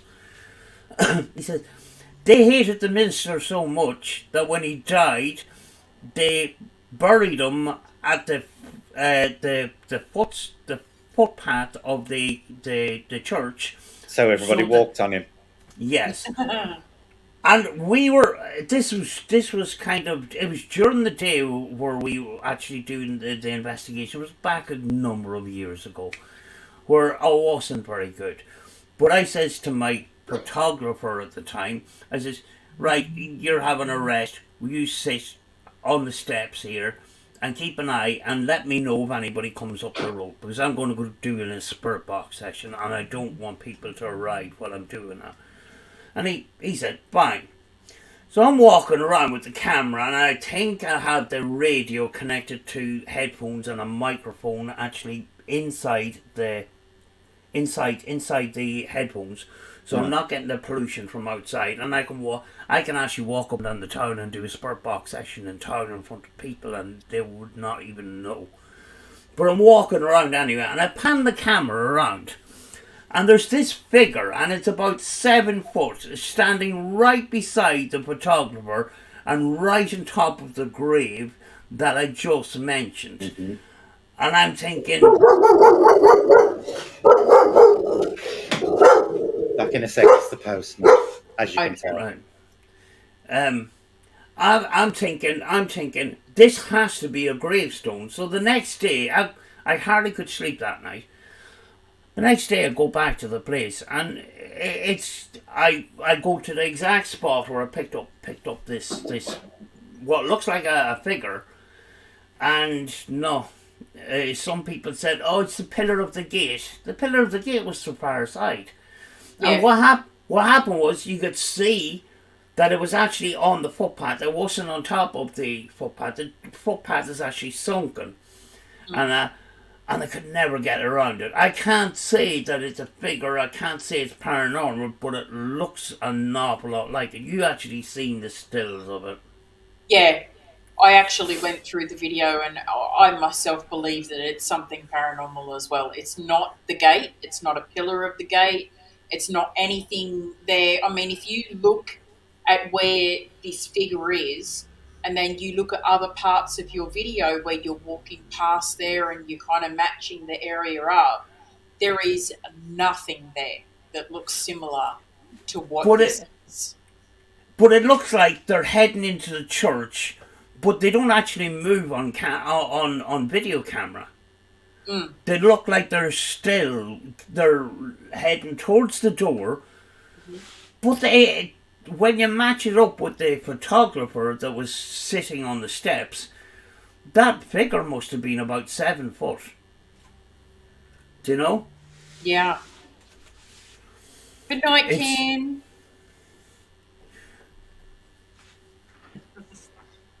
Kim's like gone to him, bed. like him. Yeah, that was an amazing catch. Have you been back there since then? No, but I will go back there. It's kind of what I intend to do is myself and Rachel. I'm not well at the moment. You Yeah. know, I do have some chairs in the back of the car, and and the car can park right up to the gate of the cemetery. It's not that big, Yeah. and we can set up a table and chairs inside the church and that, and sit and have a chat and just kind of act normal. Yep. I know another guy that goes there, and he claims to be psychic and stuff. He says it's there's something not right about that cemetery. Let's say he says it's kind of like a dark energy of some kind. Hmm. And I remember being in there one night in the dark, and there was stones being thrown at me, and I'm looking around and I can't see anybody. Do you know? It's a very, very weird place. Similar to the stables in Cumber House where there was flipping stones thrown at me on a number of occasions. It's kind of weird. I find your graveyards and cemeteries fascinating because they are so different to ours over here. I think that they're beautiful in an old kind of a way. The one I done around Christmas time, I didn't know should I put it up. Mm. Because, there was one part of it where there was these little babies that were, I don't know if I cut that bit out, I don't know, but there was little babies that were born in the hospital, and then they were transferred from the hospital to a little plot in this particular cemetery, graveyard. But there was times I got really emotional. Like there was one grave where they put it was around it was after Christmas when I done this. They had the grave set up like the Christmas stockings was hanging on the thing, and there was presents and Santa Clauses and Oh. Christmas lights and all that kind of stuff. And I'm thinking, you know, they really, really miss that person. Mm. And then Yeah. there was another grave, and there was these. There was a number of these crystals now, and they were pretty big. They were rose quartz hearts Mhm. just sitting on the thing. You'll find kids' graves with toys and stuff like that. It gets very emotional, you Yeah, it know, does. and I try not to do anything around a modern cemetery and that, but I thought because I was so emotional, I thought I would show it. Do you know? I thought I would just capture that and explain how I'm feeling and stuff. I think that like if you're not sitting there reading their information or doing a spirit box for that, one baby or that, if you're walking through and you're kind of looking at the bits and pieces and you're kind of talking about your own feelings and things, I don't think there's anything disrespectful in that. Yeah.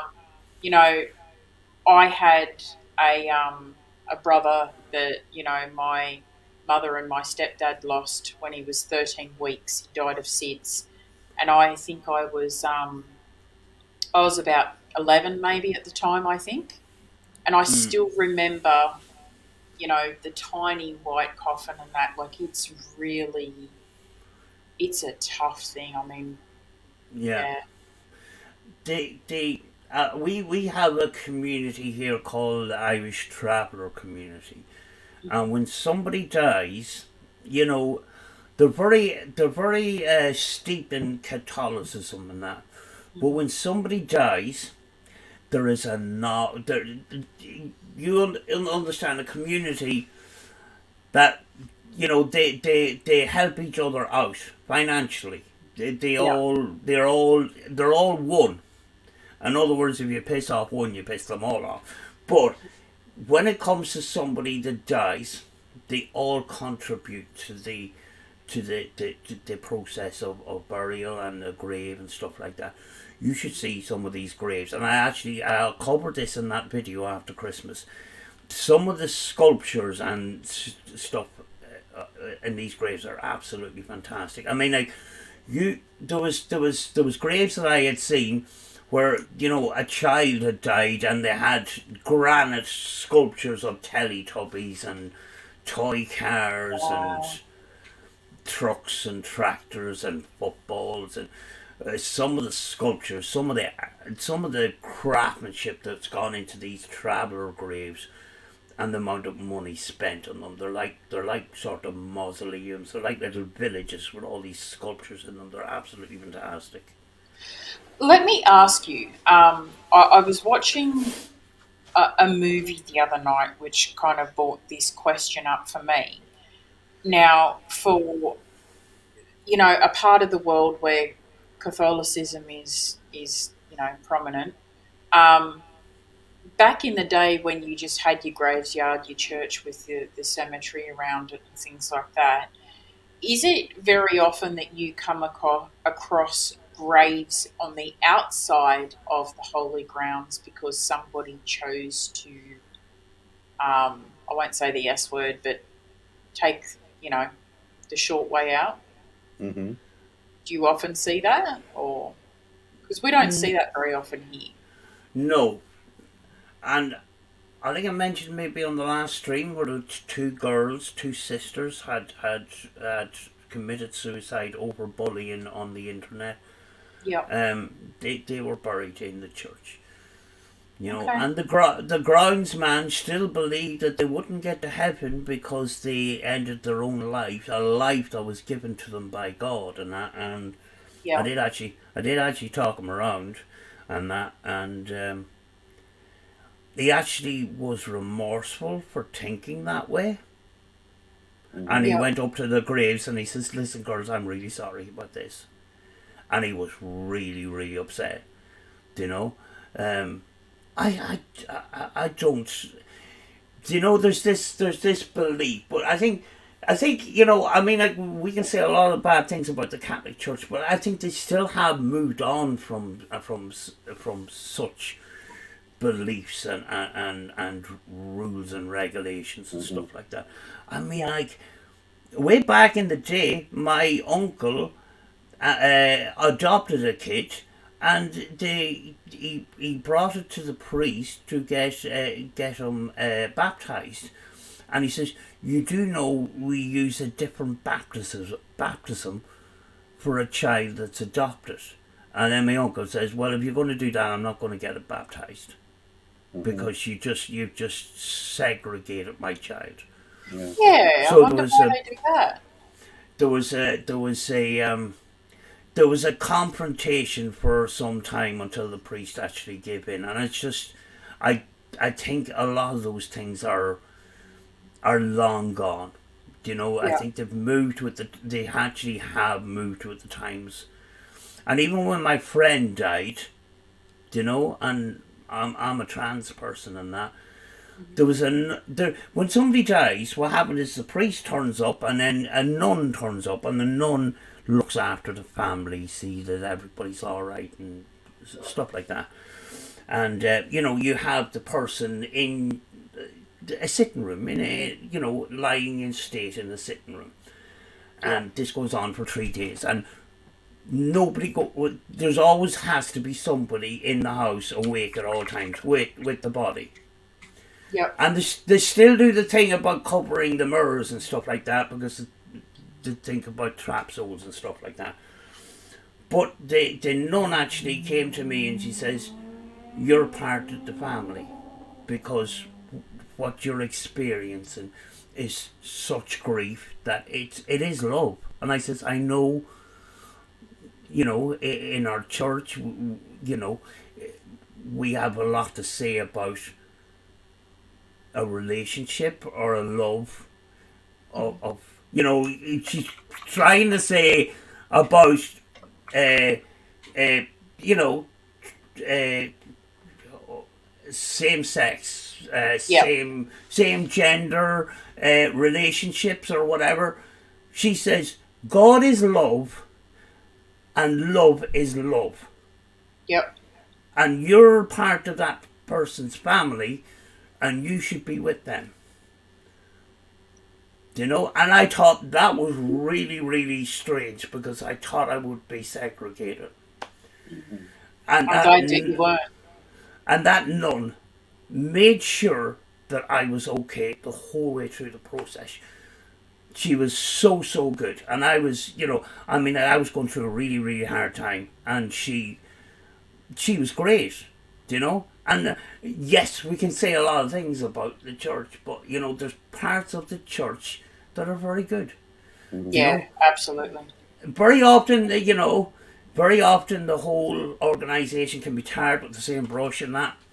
And yes, a lot of things happened in the past and stuff like that.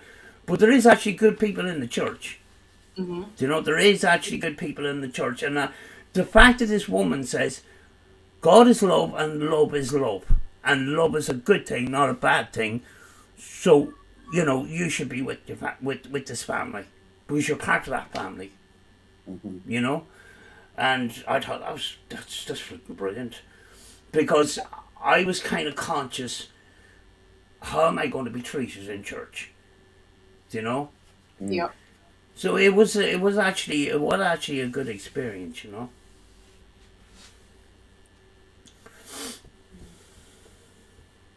See, this is why I always say religion and the paranormal should be kept on opposite sides of the fence.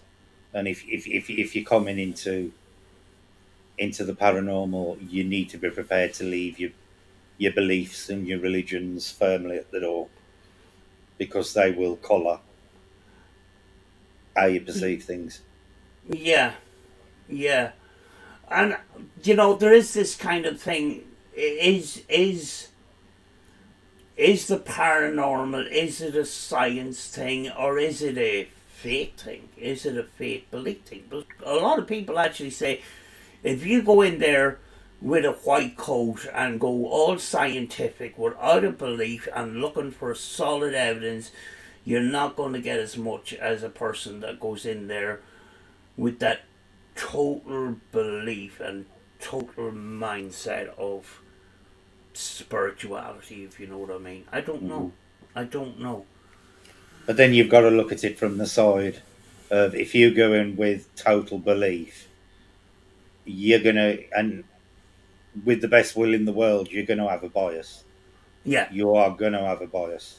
You're gonna see things that, from a perspective that may not actually be scientifically right. You know what I'm Yeah. saying? I mean, like, I have a belief when I do. It's a tightrope walk. It really is. Yeah, it Yeah. is. I mean, like, I have a belief without solid proof that when I'm doing the spirit box session, that I'm possibly talking to the spirits of dead people. And we all try to, what we can't see, we try to make a picture of that. But you don't hear me calling them spirits. Where, Back in a sec. you want the communicator to tell you. And very often you would see on YouTube, videos and stuff. It's about the spirituality. It's about being about the spirits. And I thought, are we jumping to conclusions, or because at the same time, if you if you jump down somebody's throat by saying, "Oh, you're just assuming that they're dead people," which, if you go down that route, you can be trampling on a person's spiritual belief. So it's it's a very, very difficult one to sort of make comment on at times. Yes, I do have a belief, but I don't show it on camera, and I don't portray it in my communication. I want them to tell me rather than me saying, "Are you spirits?" or whatever.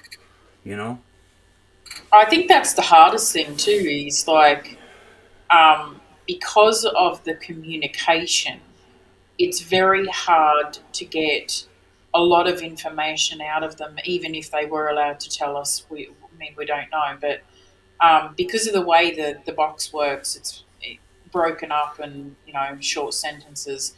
But you're right in a sense, though. I mean, if we sat down every day and we said, okay, we're going to have a conversation every day. I'd really like to get to know you, and I consider you, someone that I want to talk to, and it'd be like you and I sitting down and having a phone call every day for half an hour to an hour. Let's just chat. We'll talk about anything that pops up, and if you come at it from a different point of view, well, is it going to change the conversation? Is something going to come through that kind of leads you to be thinking, well, this may be the kind of people we're talking to, Yeah. because it might, as you said, it could be dead people, spirits coming through, and it could be Yeah. something else. It could be aliens. It could be the person on the other side of Australia. It could be, yeah. Yeah.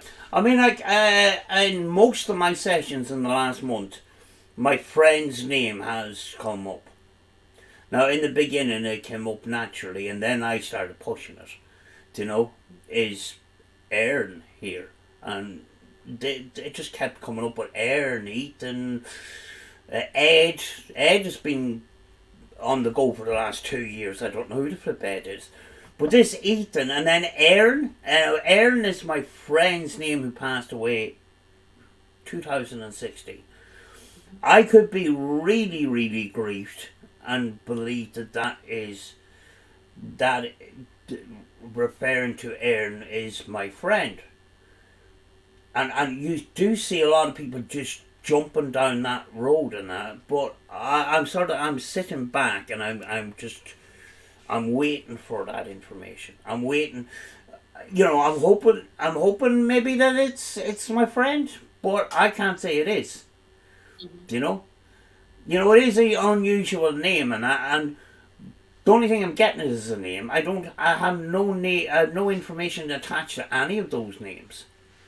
But then again, you sometimes you do spirit box sessions and you get names coming up, and next thing you get messages from people saying, "Oh, that's my husband's name who passed away last year or whatever," and that that's just trying to sometimes try to join the dots and try to make something fit.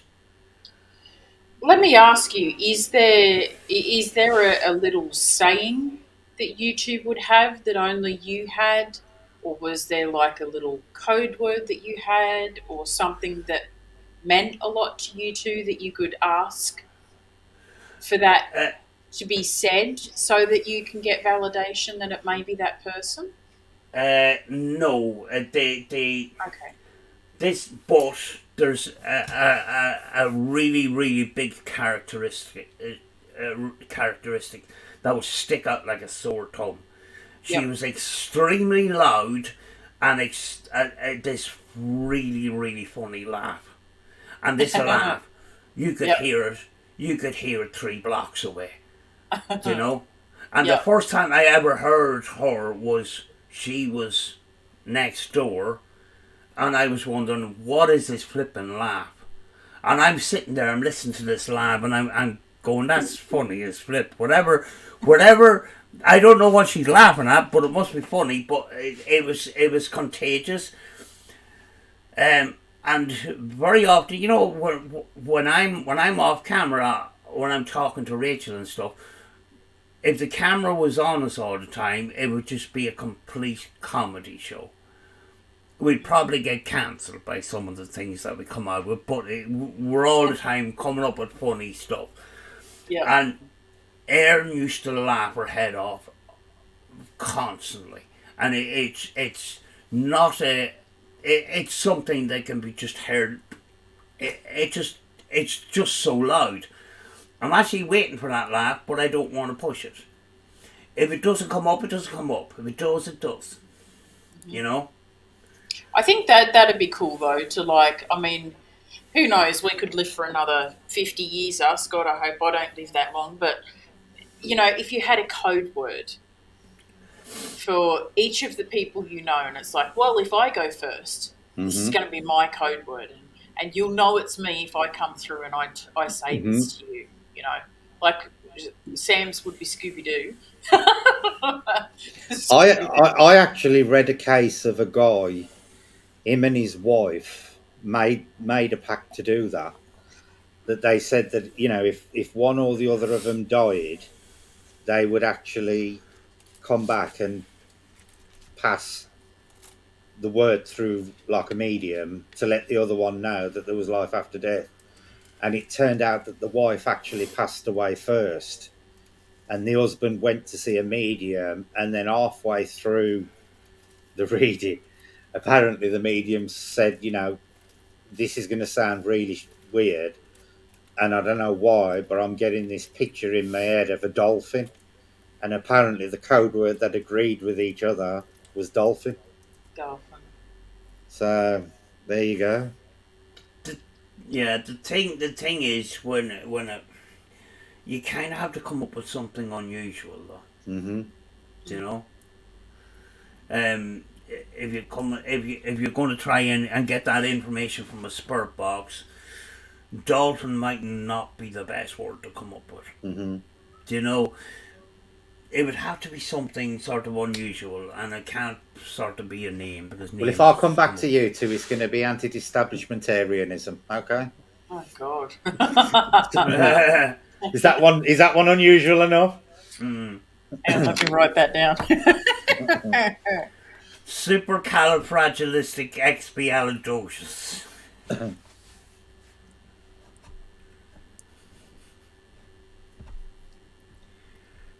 Let's see if we can get a medium to say that one. Oh my God.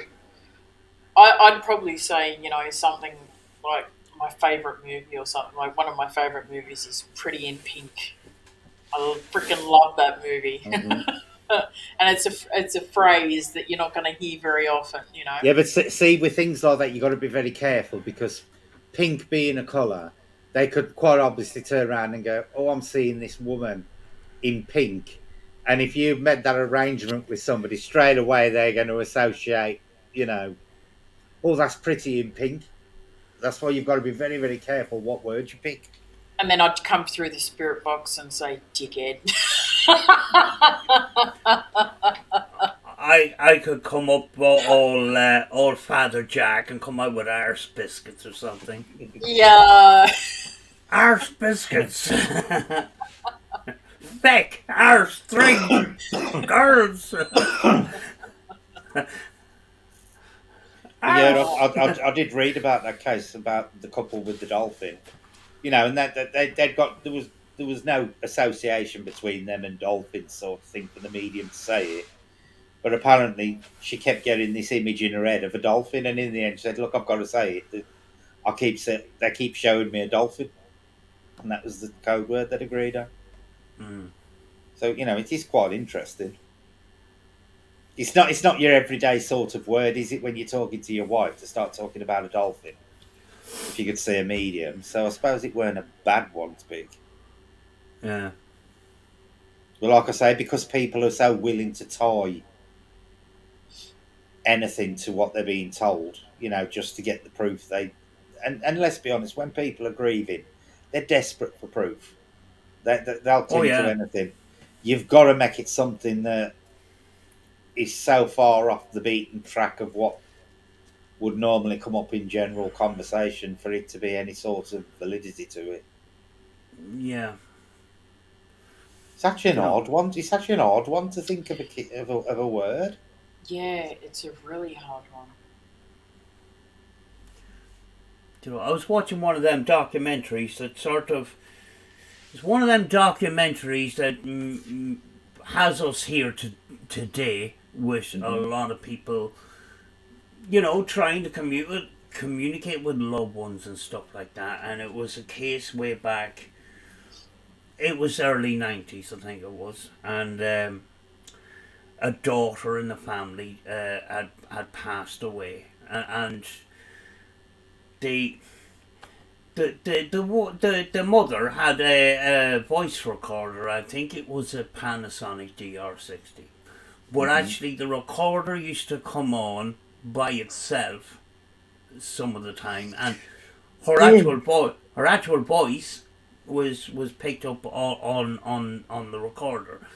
And one day she went out, and the daughter had a dog, and the dog's still alive, running around the house and that.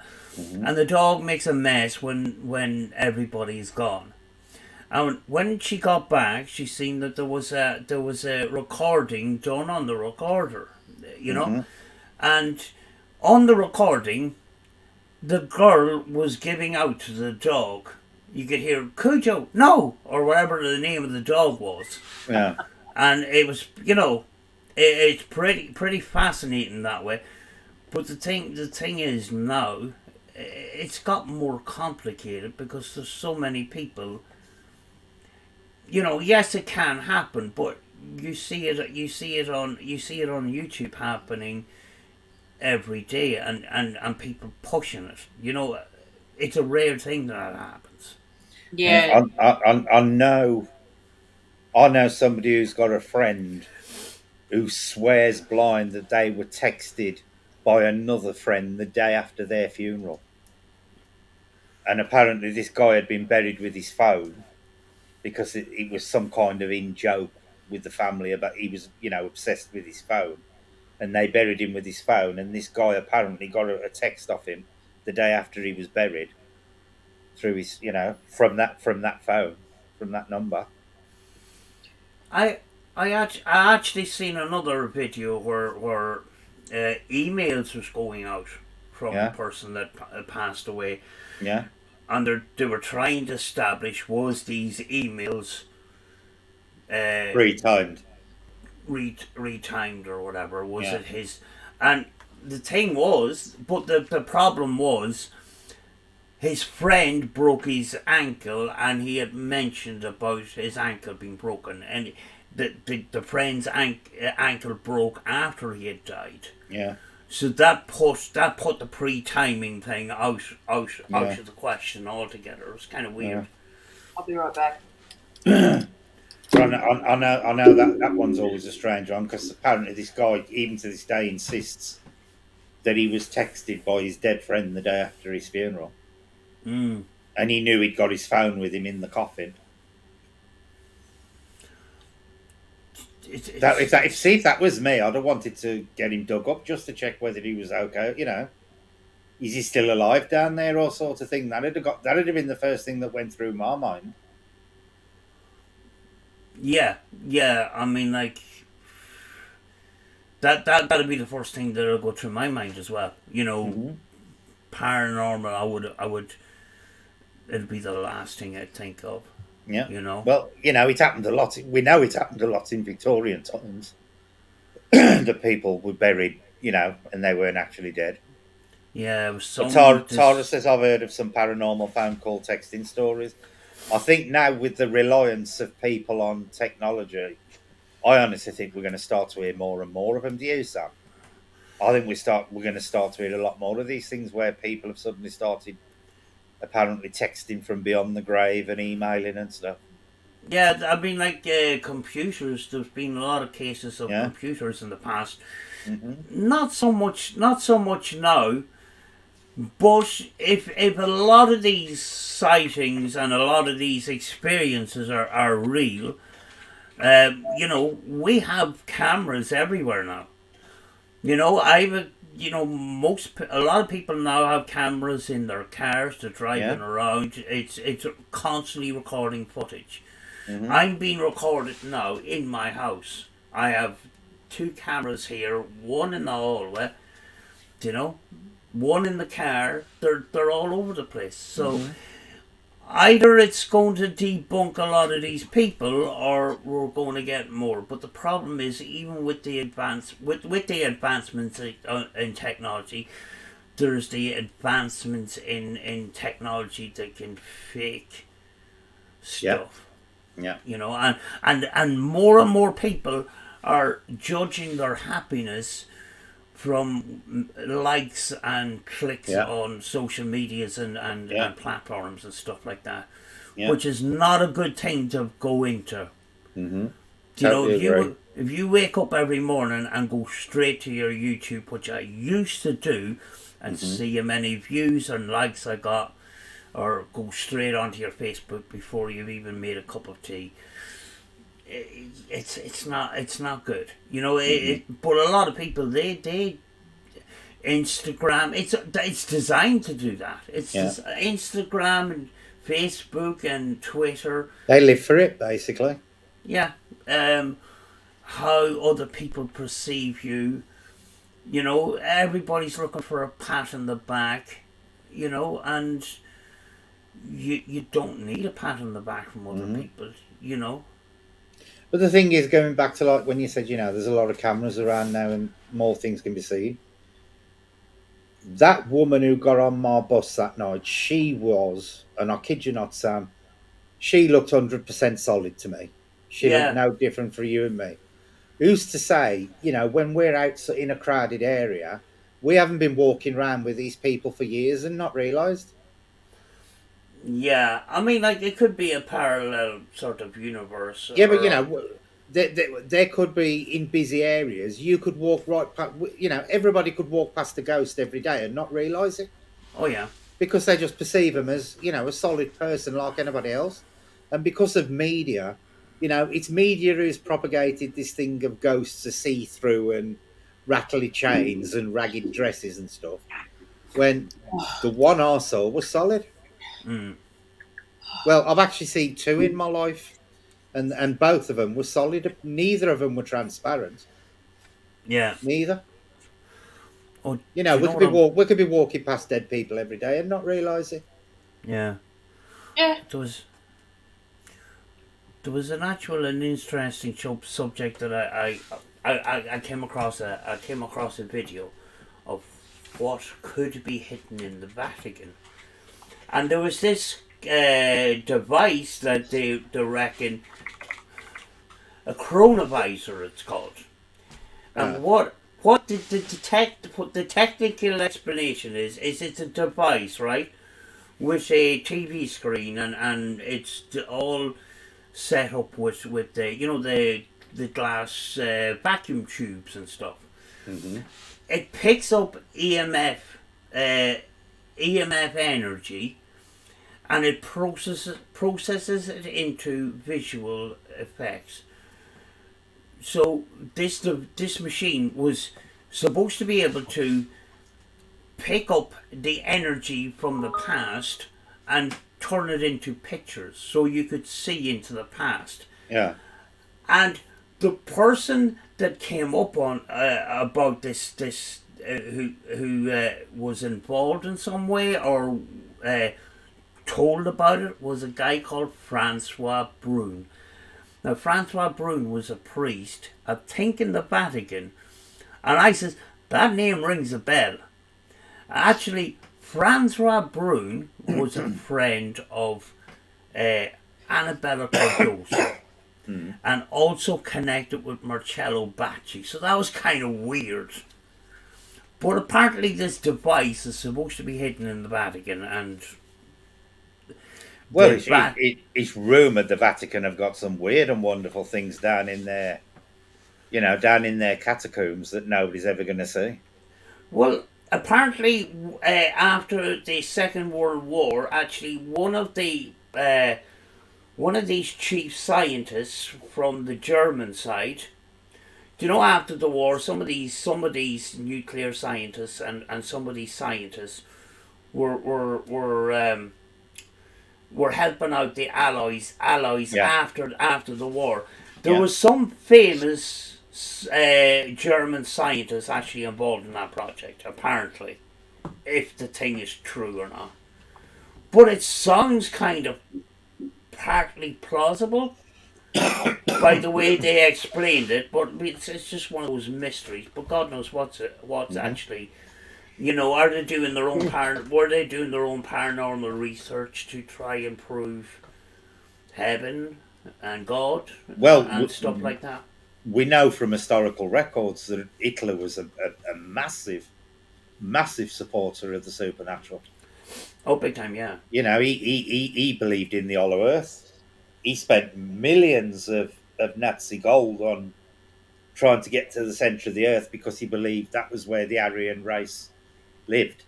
The true Aryan masters. Yeah. He got some right ideas, Hitler. And it was actually the Russians that got onto the idea of possible Hollow Earth as well, and I think it was the Russians. They drilled the biggest hole that was ever drilled into the earth, and that actual hole is now just in an abandoned place, and there's just this place with these bolts on it. And they filled it in recently and won't say why. Don't know. I'm sure I read something about that hole recently. Might have been early last year, Yeah. where there was some big hush hush thing went on there, and the Russians have sealed it up. And there was it was actually paranormal, and the Russians have sealed it up and won't say why. Yeah, because That hole. the last I've seen of it was just this hole with a manhole over it with some bolts on it, and around it was just these derelict buildings and stuff. Mm-hmm. It wasn't anything fantastic. But look at the Americans with the Philadelphia experiments and the Manhattan Project and all that kind of stuff. We know they do things on the quiet. They developed the atomic bomb quietly. Then you got the Philadelphia experiment where they're claiming they actually phased through time, and then there's claims that when the ship actually came back, sailors were fused into the actual metal. But they've never confirmed or denied one way or the other. Yeah. And we certainly know from the UFO side of things that the US government have covered up masses of information. Yeah. What is Julie tittering about? I just said, nothing more delightful than disposing of those dust bunnies. I was being sarcastic. Dust Yeah, ever since the abortion laws have changed in the US, and they brought out this data that says that more people are pulling away from religion and things like that. There's been an influx of people on social media, particularly TikTok, who have been doing a lot of live streams and things talking about religion and why you should or shouldn't believe in God. And there's been quite a few that have brought up the paranormal and saying that if you use anything at all or claim at all to be talking to anyone that is deceased, then you are communicating with demons. And these are Christian people. It's strictly forbidden in the Bible to talk to dead people.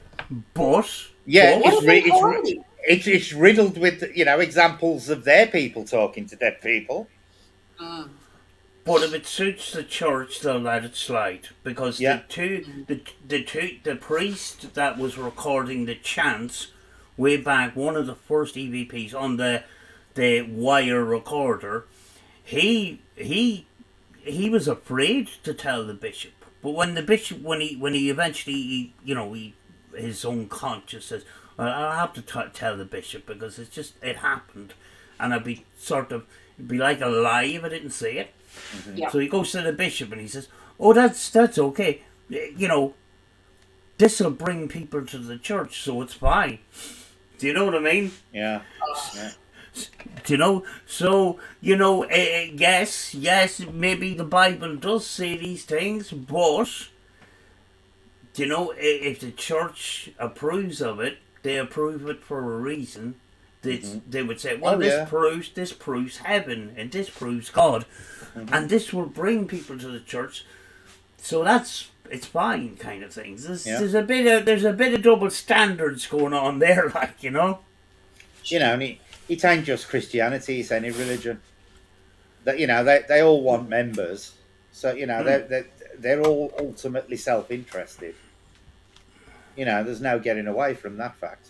Yeah. Every religion on the planet has got a vested interest in attracting more members. And you the most richest organisations on the planet are all religious based. For all their preaching about God, they seem to like their material stuff a lot. Yeah. Let's Oh be yes. honest.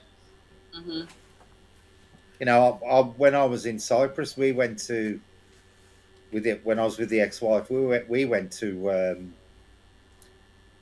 a monastery. Oh, I can't remember is it Benedictine? Is that what they call it, Sam? Benedictine monks Yeah, monastery. all in Yeah. black with the long pointed hats. Mm. Honestly, the treasures they'd got in that monastery, you wouldn't believe. They'd got solid gold plates with bloody rubies the size of 10 pence pieces all round the edges of them. And honestly, there'd got to have been 2-3 million pounds worth of gold and jewellery in that monastery alone. Jeez. And the place just creeped me out the entire time I was there. Really creeped me out. There's this channel that I know. One of the few channels I know in Ireland. And this guy goes to a monastery, it's a derelict monastery in a cemetery and stuff like that. And a number of years ago, they excavated this kind of a mound with this. It's kind of half underground. It's like a round fort kind of thing, and just steps down into it. And it was all full of skeletons. And they were there to this day, and I'm thinking, what the hell is going on here? Like, apparently this monastery used to take in poor children, and apparently when they got into the monastery, it didn't make any difference if they were in the monastery or out of the monastery. They were probably safer out of the monastery Than in I it. mean, yes. Yeah. Some of these disappeared without any explanation and stuff like that, and then they find all these skeletons inside this. And I mean, like, you could see as plain as day. He had there was this gate, and he had the camera in, and you could see all these skulls and stuff. And I go, flipping out. You know what I mean? I don't mean to change the subject, but speaking of skeletons and skulls, did you see the news story about the gentleman that just dug up a skull in, I think it was Cambodia or something, and believes it may be a Bigfoot skull? No. News. I read the news story this afternoon. I'm sure it was Cambodia. Let me have a look here. Now, it is a primate skull, so it is not to say that, it's not some kind of, monkey ape relative, but they did title it. We're all monkey ape relatives. Yeah. Yeah, we are. Let's see if I can find it.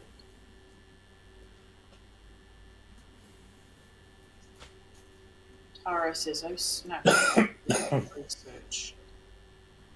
I'm trying to find it for you guys. I was reading it earlier. Do you know it could be possibly an undiscovered primate species of some kind also. That could be a logical explanation for it. Yeah.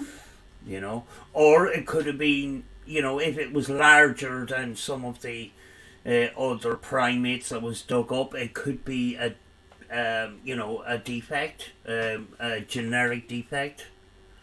They had a photo of the fellow. He was kind of squatting down, and had his hands, I think, near the skull, and it was quite large.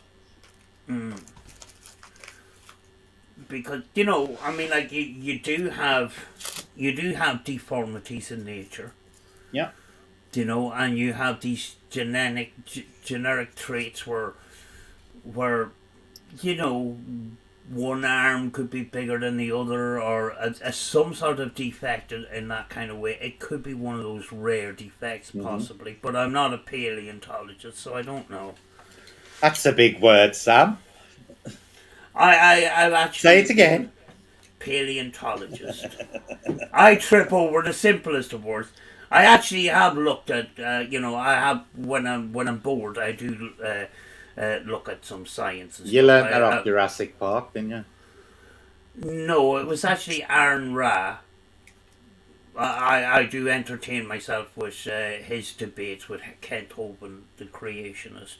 Oh. Sort of creationist against evolution. Some of the debates turned into dumpster fires, and it's kind of funny.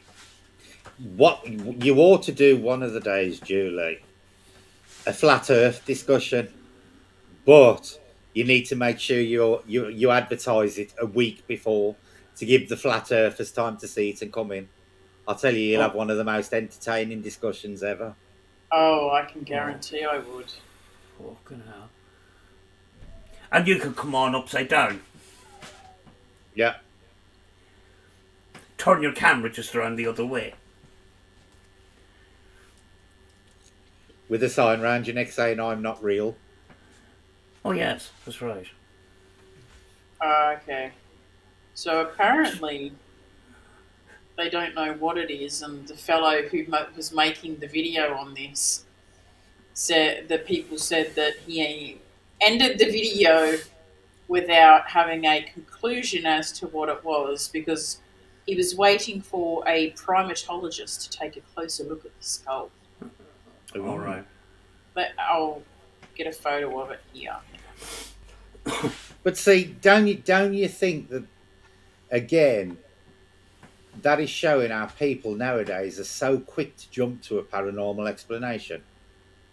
Because rather than the headline saying, man discovers possible new species of ape, it straight away says possible Yeti. Yeah. Did It you ever hear the ape-like? Did you ever hear of the organisation that was set up a number of years ago called Birds Aren't Real? No. This guy, he set up this organisation with the claim that birds are not physical and they're not real and stuff like that. This thing blew up, and even the mainstream media got involved. It does look very ape-like, doesn't it? Like a gorilla. Yeah, that's like an ape skull. Yeah. But the mainstream media and everything got involved. Turned out the guy was just taking the piss. I mean, like this thing had a massive following. He didn't think it was going to blow up as much as it did. And next thing, the mainstream news people were getting the perfect example of that, Sam, and this is going to piss off a lot of film stars, is the Church of Scientology. Hubbard actually created that one night. He was out drinking with two mates, and he made a drunken bet that he could create a religion, and that was the birth of Scientology. And look at it now. Yeah, I have a video on my list to watch about Scientology that came up yesterday. Is it Today I Found Out, I think is the name of the channel? I just spelled mold wrong. I spelled mold like mildew mold. I just realised after I said it.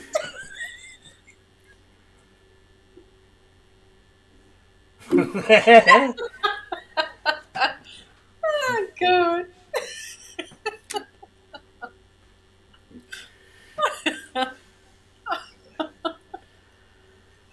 Oh. And it should be cast, maybe? Yeah, it should.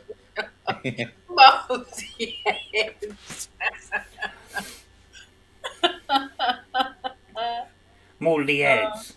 Yeah, moldy heads. Oh. What sort of impact do you think it would have if they did actually discover a Bigfoot skeleton? It'd be huge. It would be huge. But there's already, like, every time something comes out about Bigfoots, or somebody has some About what? semblance. Bigfoots. Yeah, Bigfoots. Um, I've seen a recent influx of people with Bigfoot evidence, and I'm not saying all of it's fake, but some of it you can tell, like it's Yeah, people in suits wandering around. yeah, yeah. Yeah, but it would be huge. That's not a really safe way to try and fake Bigfoot, because there's people out there that actually want to get the evidence, Hmm. actually, and they don't mind if it's dead. Yeah. Yep. There Oh is these yeah, ones. There's these. yeah, I seen this video where it yeah. was They go these. out with high-powered rifles to shoot it to get proof. I Yeah. seen this group of hillbillies. Let's go out and get us some Bigfoot. And I Yeah, mean, they're armed to the teeth. Like, yeah. I was watching one last year, and I started watching it, and apparently, because every year, because they seem to think there's like a Bigfoot season where you're more liable to see them, and he got this great big motorhome thing, and it was all nicely kitted out, and then it went inside, and it was like the walls was just like it was like an armory, and I was watching it, and I'm thinking, Jeez. why is he taking all these guns and not taking like scientific equipment? And then he starts blatantly telling people, "Oh yeah, the first sign I get of it, I'm going to put one in its head, and then bring it back to show people." And I'm thinking, you're going in search of something that could be a very rare and endangered species, and the very first thing you're going to do when you see it is put a bullet in its head. yeah. Yeah. Like, what if it was the last one? Exactly. Oh. You know, but there's quite a few. There's quite a few of them out there, Bigfoot hunters, who they've got no intention of studying it. They want to shoot it. There's this Russian guy. Now, he says at the beginning of his videos, just have fun, guys. It's not real and stuff like Yeah. that. And he goes out to this abandoned cottage in the middle of the woods. I mean, like, this is flipping Russian winter, like, And he's got this little motorbike with a sled behind him with all his equipment and stuff. And he actually makes really good videos. But he's walking around and he's got this sawn off shotgun, and he's going, hey, the tension's there. I don't understand. He's not speaking English, but it's the most tense thing. He's walking around the woods, and next thing he hears something moving, and he just turns around the gun and he just bang. And I'm thinking, what if that's a person, like? I'm thinking, gee. And he's even taken this sawn off shotgun to paranormal investigations, where he's let it off in the house.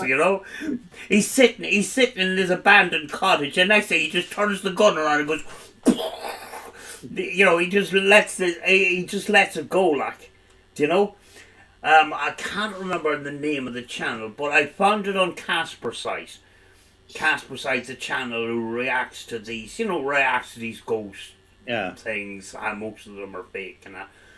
But I just thought it was so intense.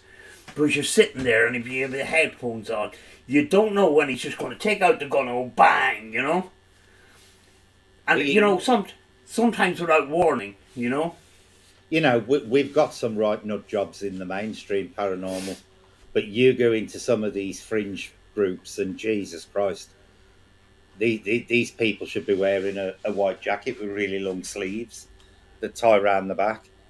You get these women who claim that Sasquatch regularly abducts them and rapes them and has kids with them and takes them, and there's all sorts of weird and wonderful claims out there.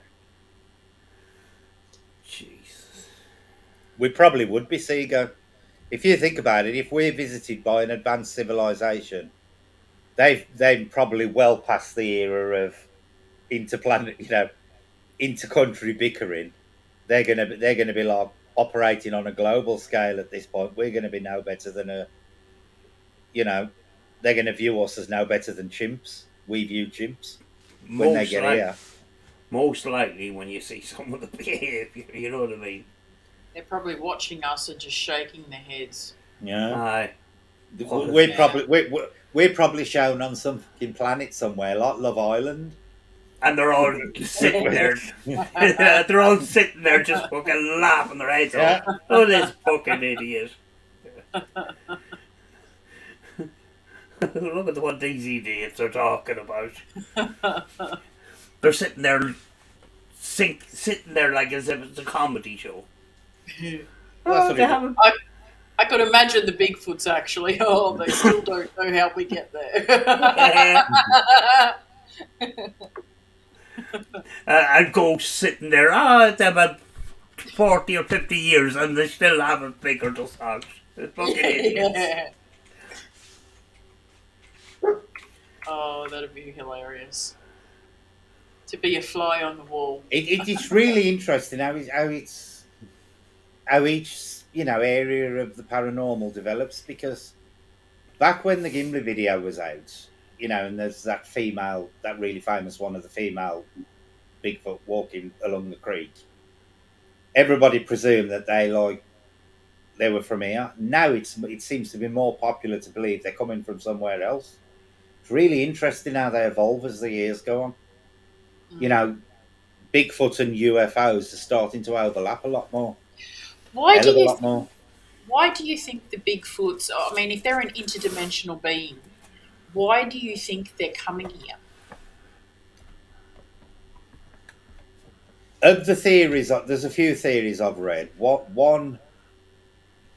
one that seems to be the most popular at the moment is that they are actually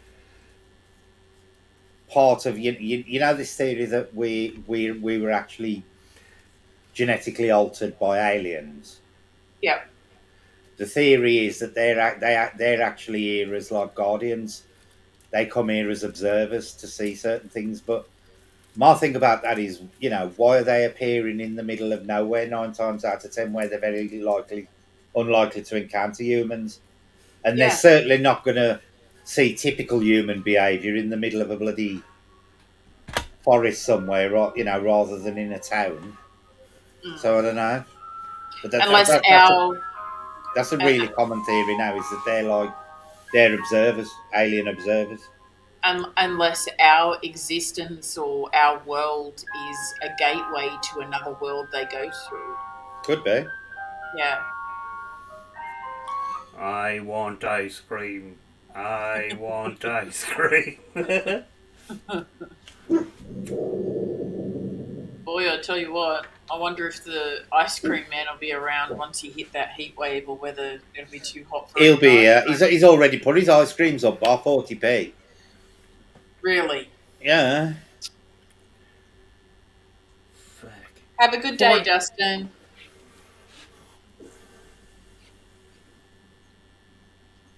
But I'm wondering what the next buzzword's going to be, because we're long overdue in the YouTube paranormal community for the next buzzword. We've had the debug box, we've had the poltergeist, we've had killer dolls and stuff, and the community's crying out for a new buzzword, and it's got to be coming any time now. Mm. Maybe we should invent the next one. Oh, we should. we did invent a couple of them. I can't flip and remember them now.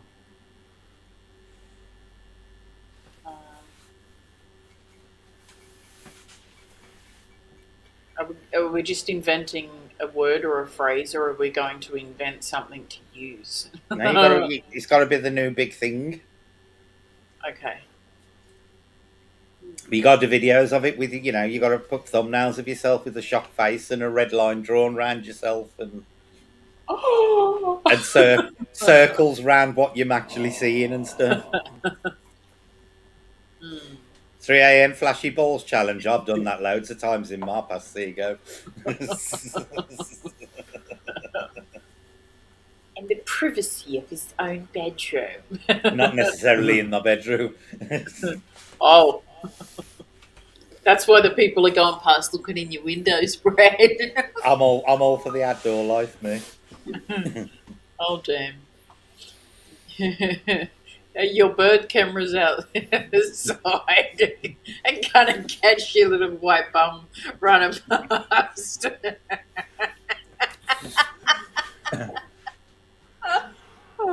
remember there was a It's probably street going to be charcoal black after this week. Yep. there was a street in Belfast, and the whole street was reporting some paranormal activity in the line of voices and stuff like that. It was my friend's brother who was climbing up on the roof and walking along the roofs and talking down the chimneys. Oh, That's fucking funny. And you know when you're talking down something like that, you get the echo and shit. yeah. And his friends were outside looking in the windows, seeing the reactions and stuff like that. Oh, I mean, my there was God. one guy there, and he was sitting at the fire, and he was talking back to us. you know, like the old people that are always sitting at the fire and that. Yeah.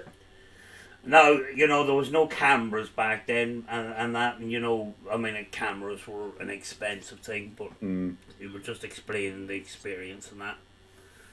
We were just picturing an old guy at the fire. with today with modern video techniques, pretty much everybody's got access to do quite convincing special effects. You could come up with some really convincing stuff if you really wanted to. You really could. It wouldn't be difficult. I don't have the brains for that, though.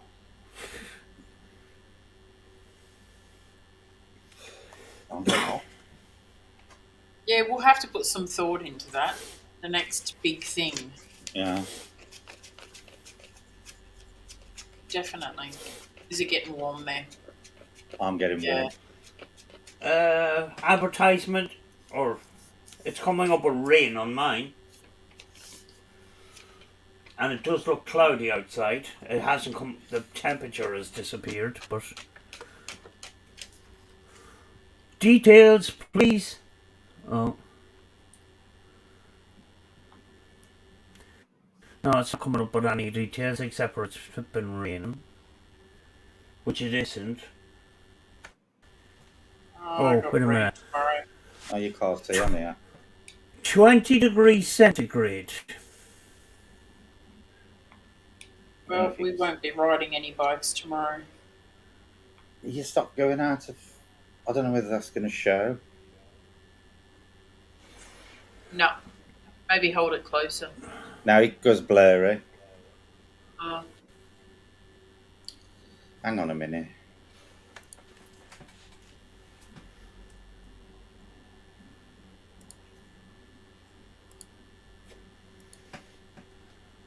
There you go.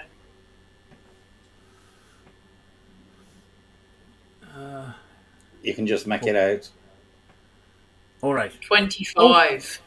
Yeah. Wow. Still got to get warmer yet. Yeah, we're not That's getting what them. We're not getting them severe temperatures yet.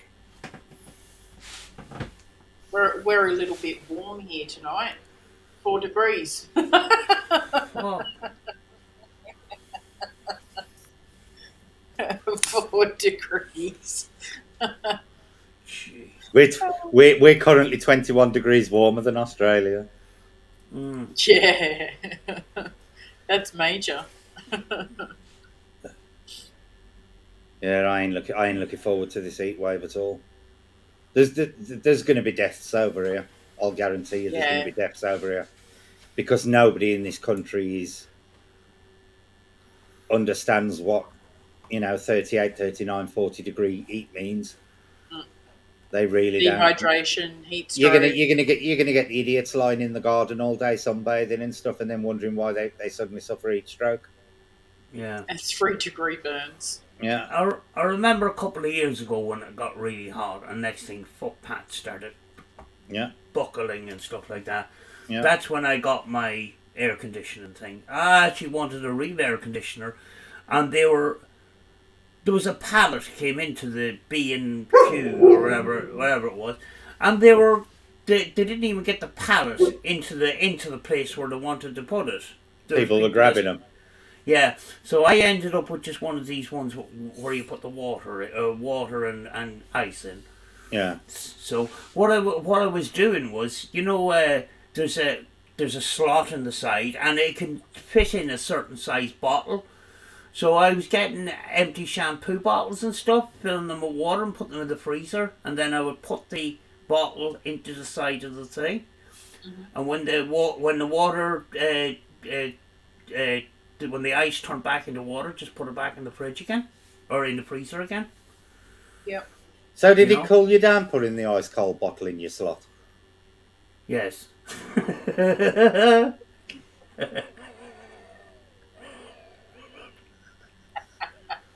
Fuck's sake.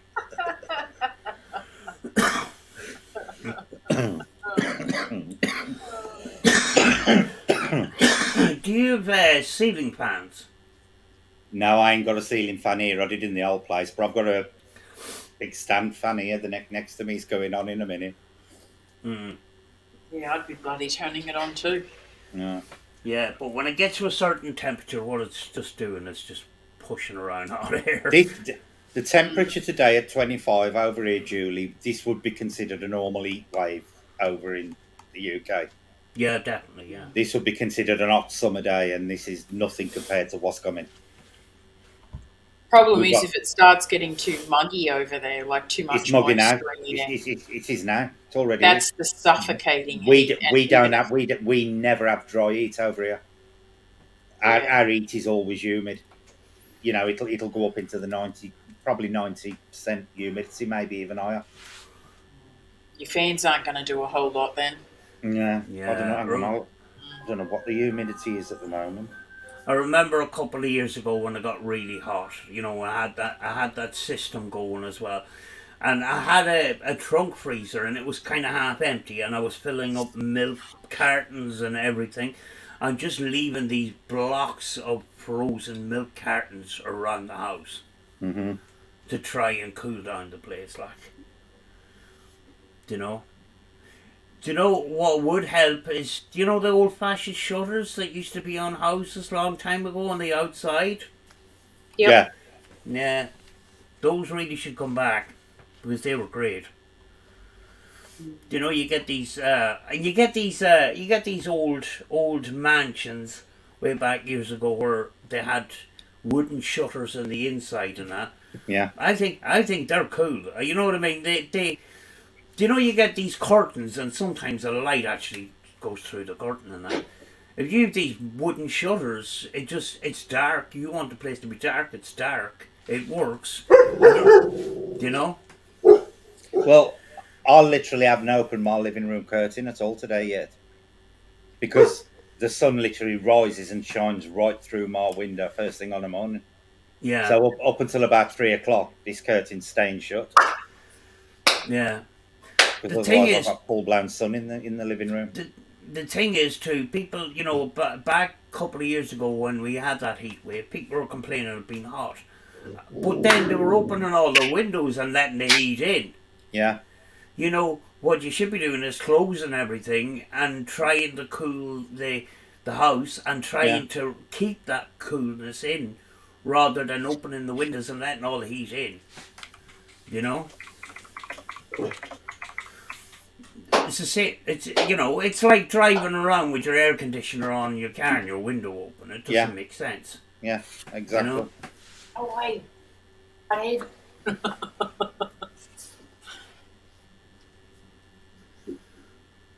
You come for attention for you've been doing something naughty. What, Coco? Yeah. Oh, Coco. You're going to have to bring Yowie down one day when we do a live stream. Give me a minute, I'll go and grab her. Yeah. We get to see the Yowie. Oh, yeah. What are you doing, buddy? Yeah, because it's late. Diddly-dee.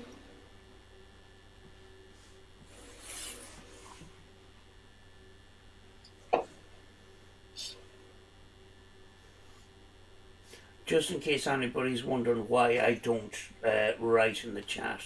So If mine I is ha- collection. If I have another page up, you know, like the YouTube up on my computer, it just glitches the whole computer. So I'm only on StreamYards, and I can't actually comment. I can read the comments, but I can't respond in writing as such. Yeah, that's okay. I have to reserve as much power just for the stream. But since I put in the direct line, I'm not having problems. It's You know. crazy this year's weather. Oh, Oh my gosh, Brett. Look how chunky she is. Yep. Oh, she looks more red now too. Yeah, she is. Oh my goodness. She used to fit in palm of my hand about 4 months ago. Yeah. Now she's She, looking at herself on the screen. oh, isn't you a pretty girl? Hey? Stop looking at her like that, Coco. where are they? Where are they native to? Australia? Yeah, Oh, right. Australia. Yeah. Do you see them running around the wild much? Julie gets them in her garden. All right. Oh, not actually in my garden, but yeah, if I go like up bushwalking or something, you'll see them every now and again. But yeah, you can see how big she is now. But we don't often, like where I am, we don't often see, like, we don't see them that colour.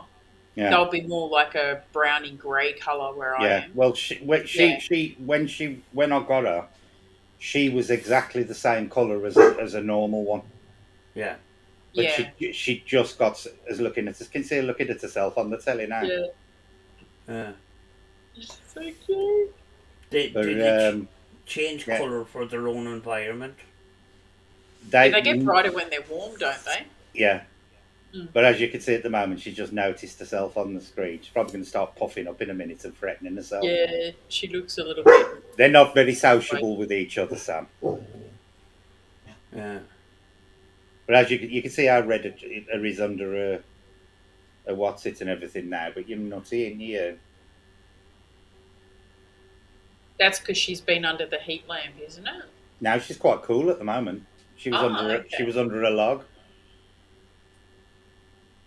But yeah, she's getting a very big girl now. Look. Yeah.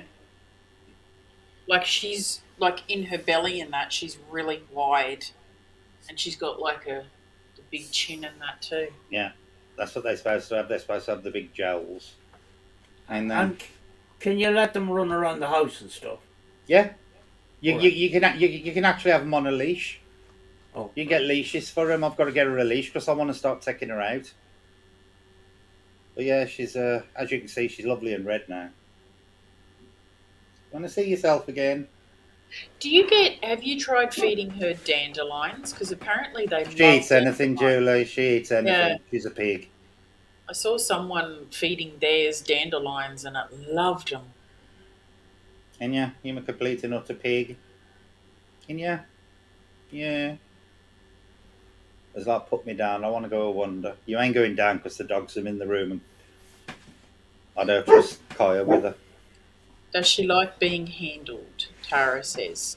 She's fine once you pick her up. When when you first pick her up, as a pup's out, but as you can see, it's quite settled now. It's friendly, it's and friendly. Comes running to the front of the tank as soon as you're going to feed her, and yeah, starts banging on the glass for attention. Yeah.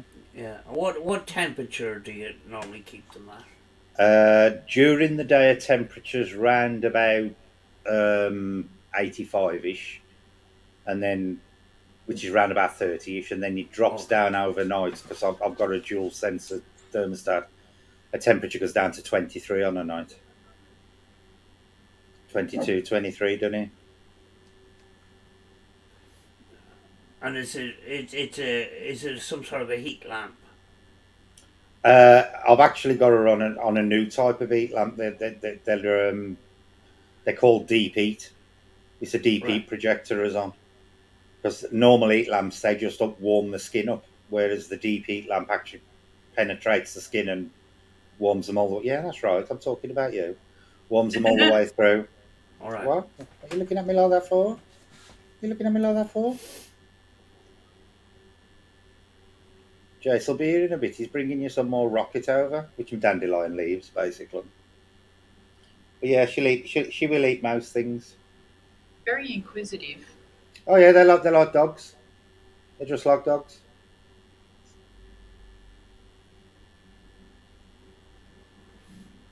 What size do we expect it to grow? She's pretty much fully grown now. That females get between up to about 16 inches. She's at 16 inches now. Males will get up to about 20 odd inches, 24 inches. There's a giant version of them as well, which'll get up to, but they're getting less and less now. We'll get up to about 32 inches. So you're talking nearly 3 foot of Australian dragon. Yeah. Ain't that right? Hmm? Should see the water dragons. God, they're big. I mean, they're Yeah, different to bearded dragons, but they'll probably get about that long without the tail. There's yeah. one out near my dad's place. Every year he'll sit in the same spot by the river and But you, sunbathe. you could see roughly how long she is. Mm. She's a She's a good size. oh yeah, she's a fair size now. Mm. She's so beautiful. I love her colour. Food. Right, Yes. I'll go and put her back. Yeah. Okay.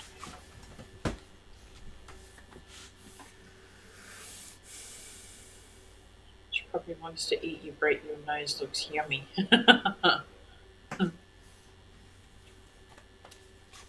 Yeah, I haven't actually seen them for a while, but then again, I'd lived in Canberra for, I don't know, 11 years or something before I came back to the country. Yeah. But yeah, when I go out to Dad's place and we go down to the camping grounds, um, we were planting trees last weekend, I think it was, and we got to see some wombats and wallabies and all kinds of things out there. Yeah. It's good.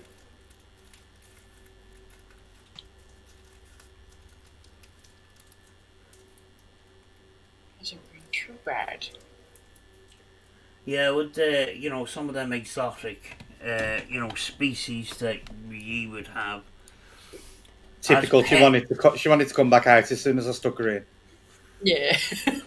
They're expensive over here, which would be Mm. some of the wild species that you'd have there, like cost us a lot of money. Oh, even over here though, because they're native, I do believe that you still have to have like a permit to have them as a pet Yeah, over here. Yeah. she's actually a red morph because Mm. she's got a lot of red and orange on her. But Yeah. you can get them in white and all sorts now. They come in all a right range of colours. Oh, they're gorgeous.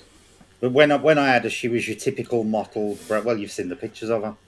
She was your Yeah. typical everyday bog standard colour. The only thing I noticed about her was where they have the red stripe on the neck. It was really pronounced, that red was, and it ran a little bit longer than it normally does. And I thought, she's a little bit redder than I normally see him. And but she's just got redder and redder the older she's got.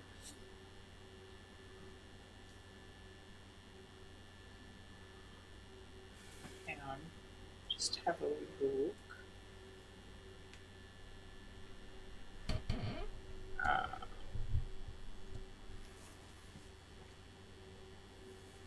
I used to see the beardies a lot out in the summertime when I used to do fruit picking when I was younger.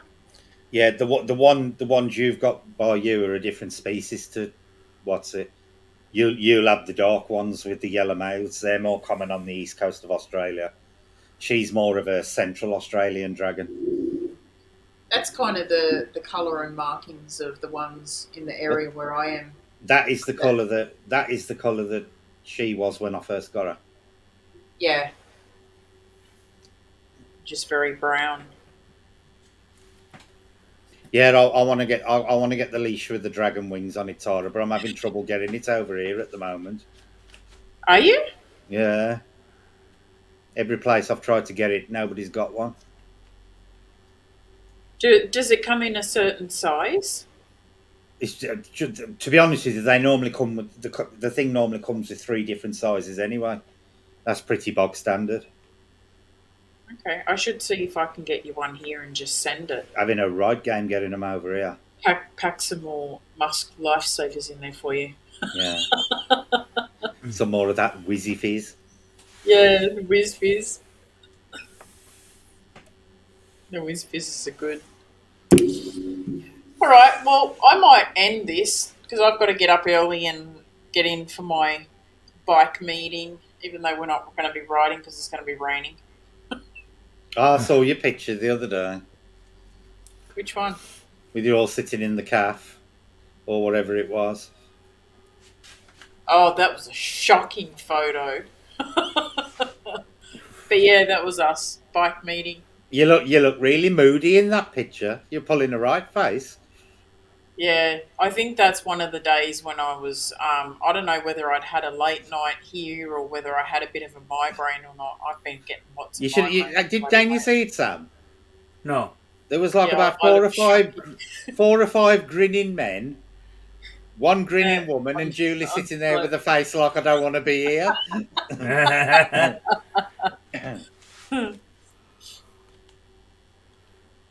Yeah, I've usually got to take all the notes and things. All right, everyone. Thank you all for coming in. Thank you to Sam and Brett for joining us again. Thank you for having us. Thank you for having us.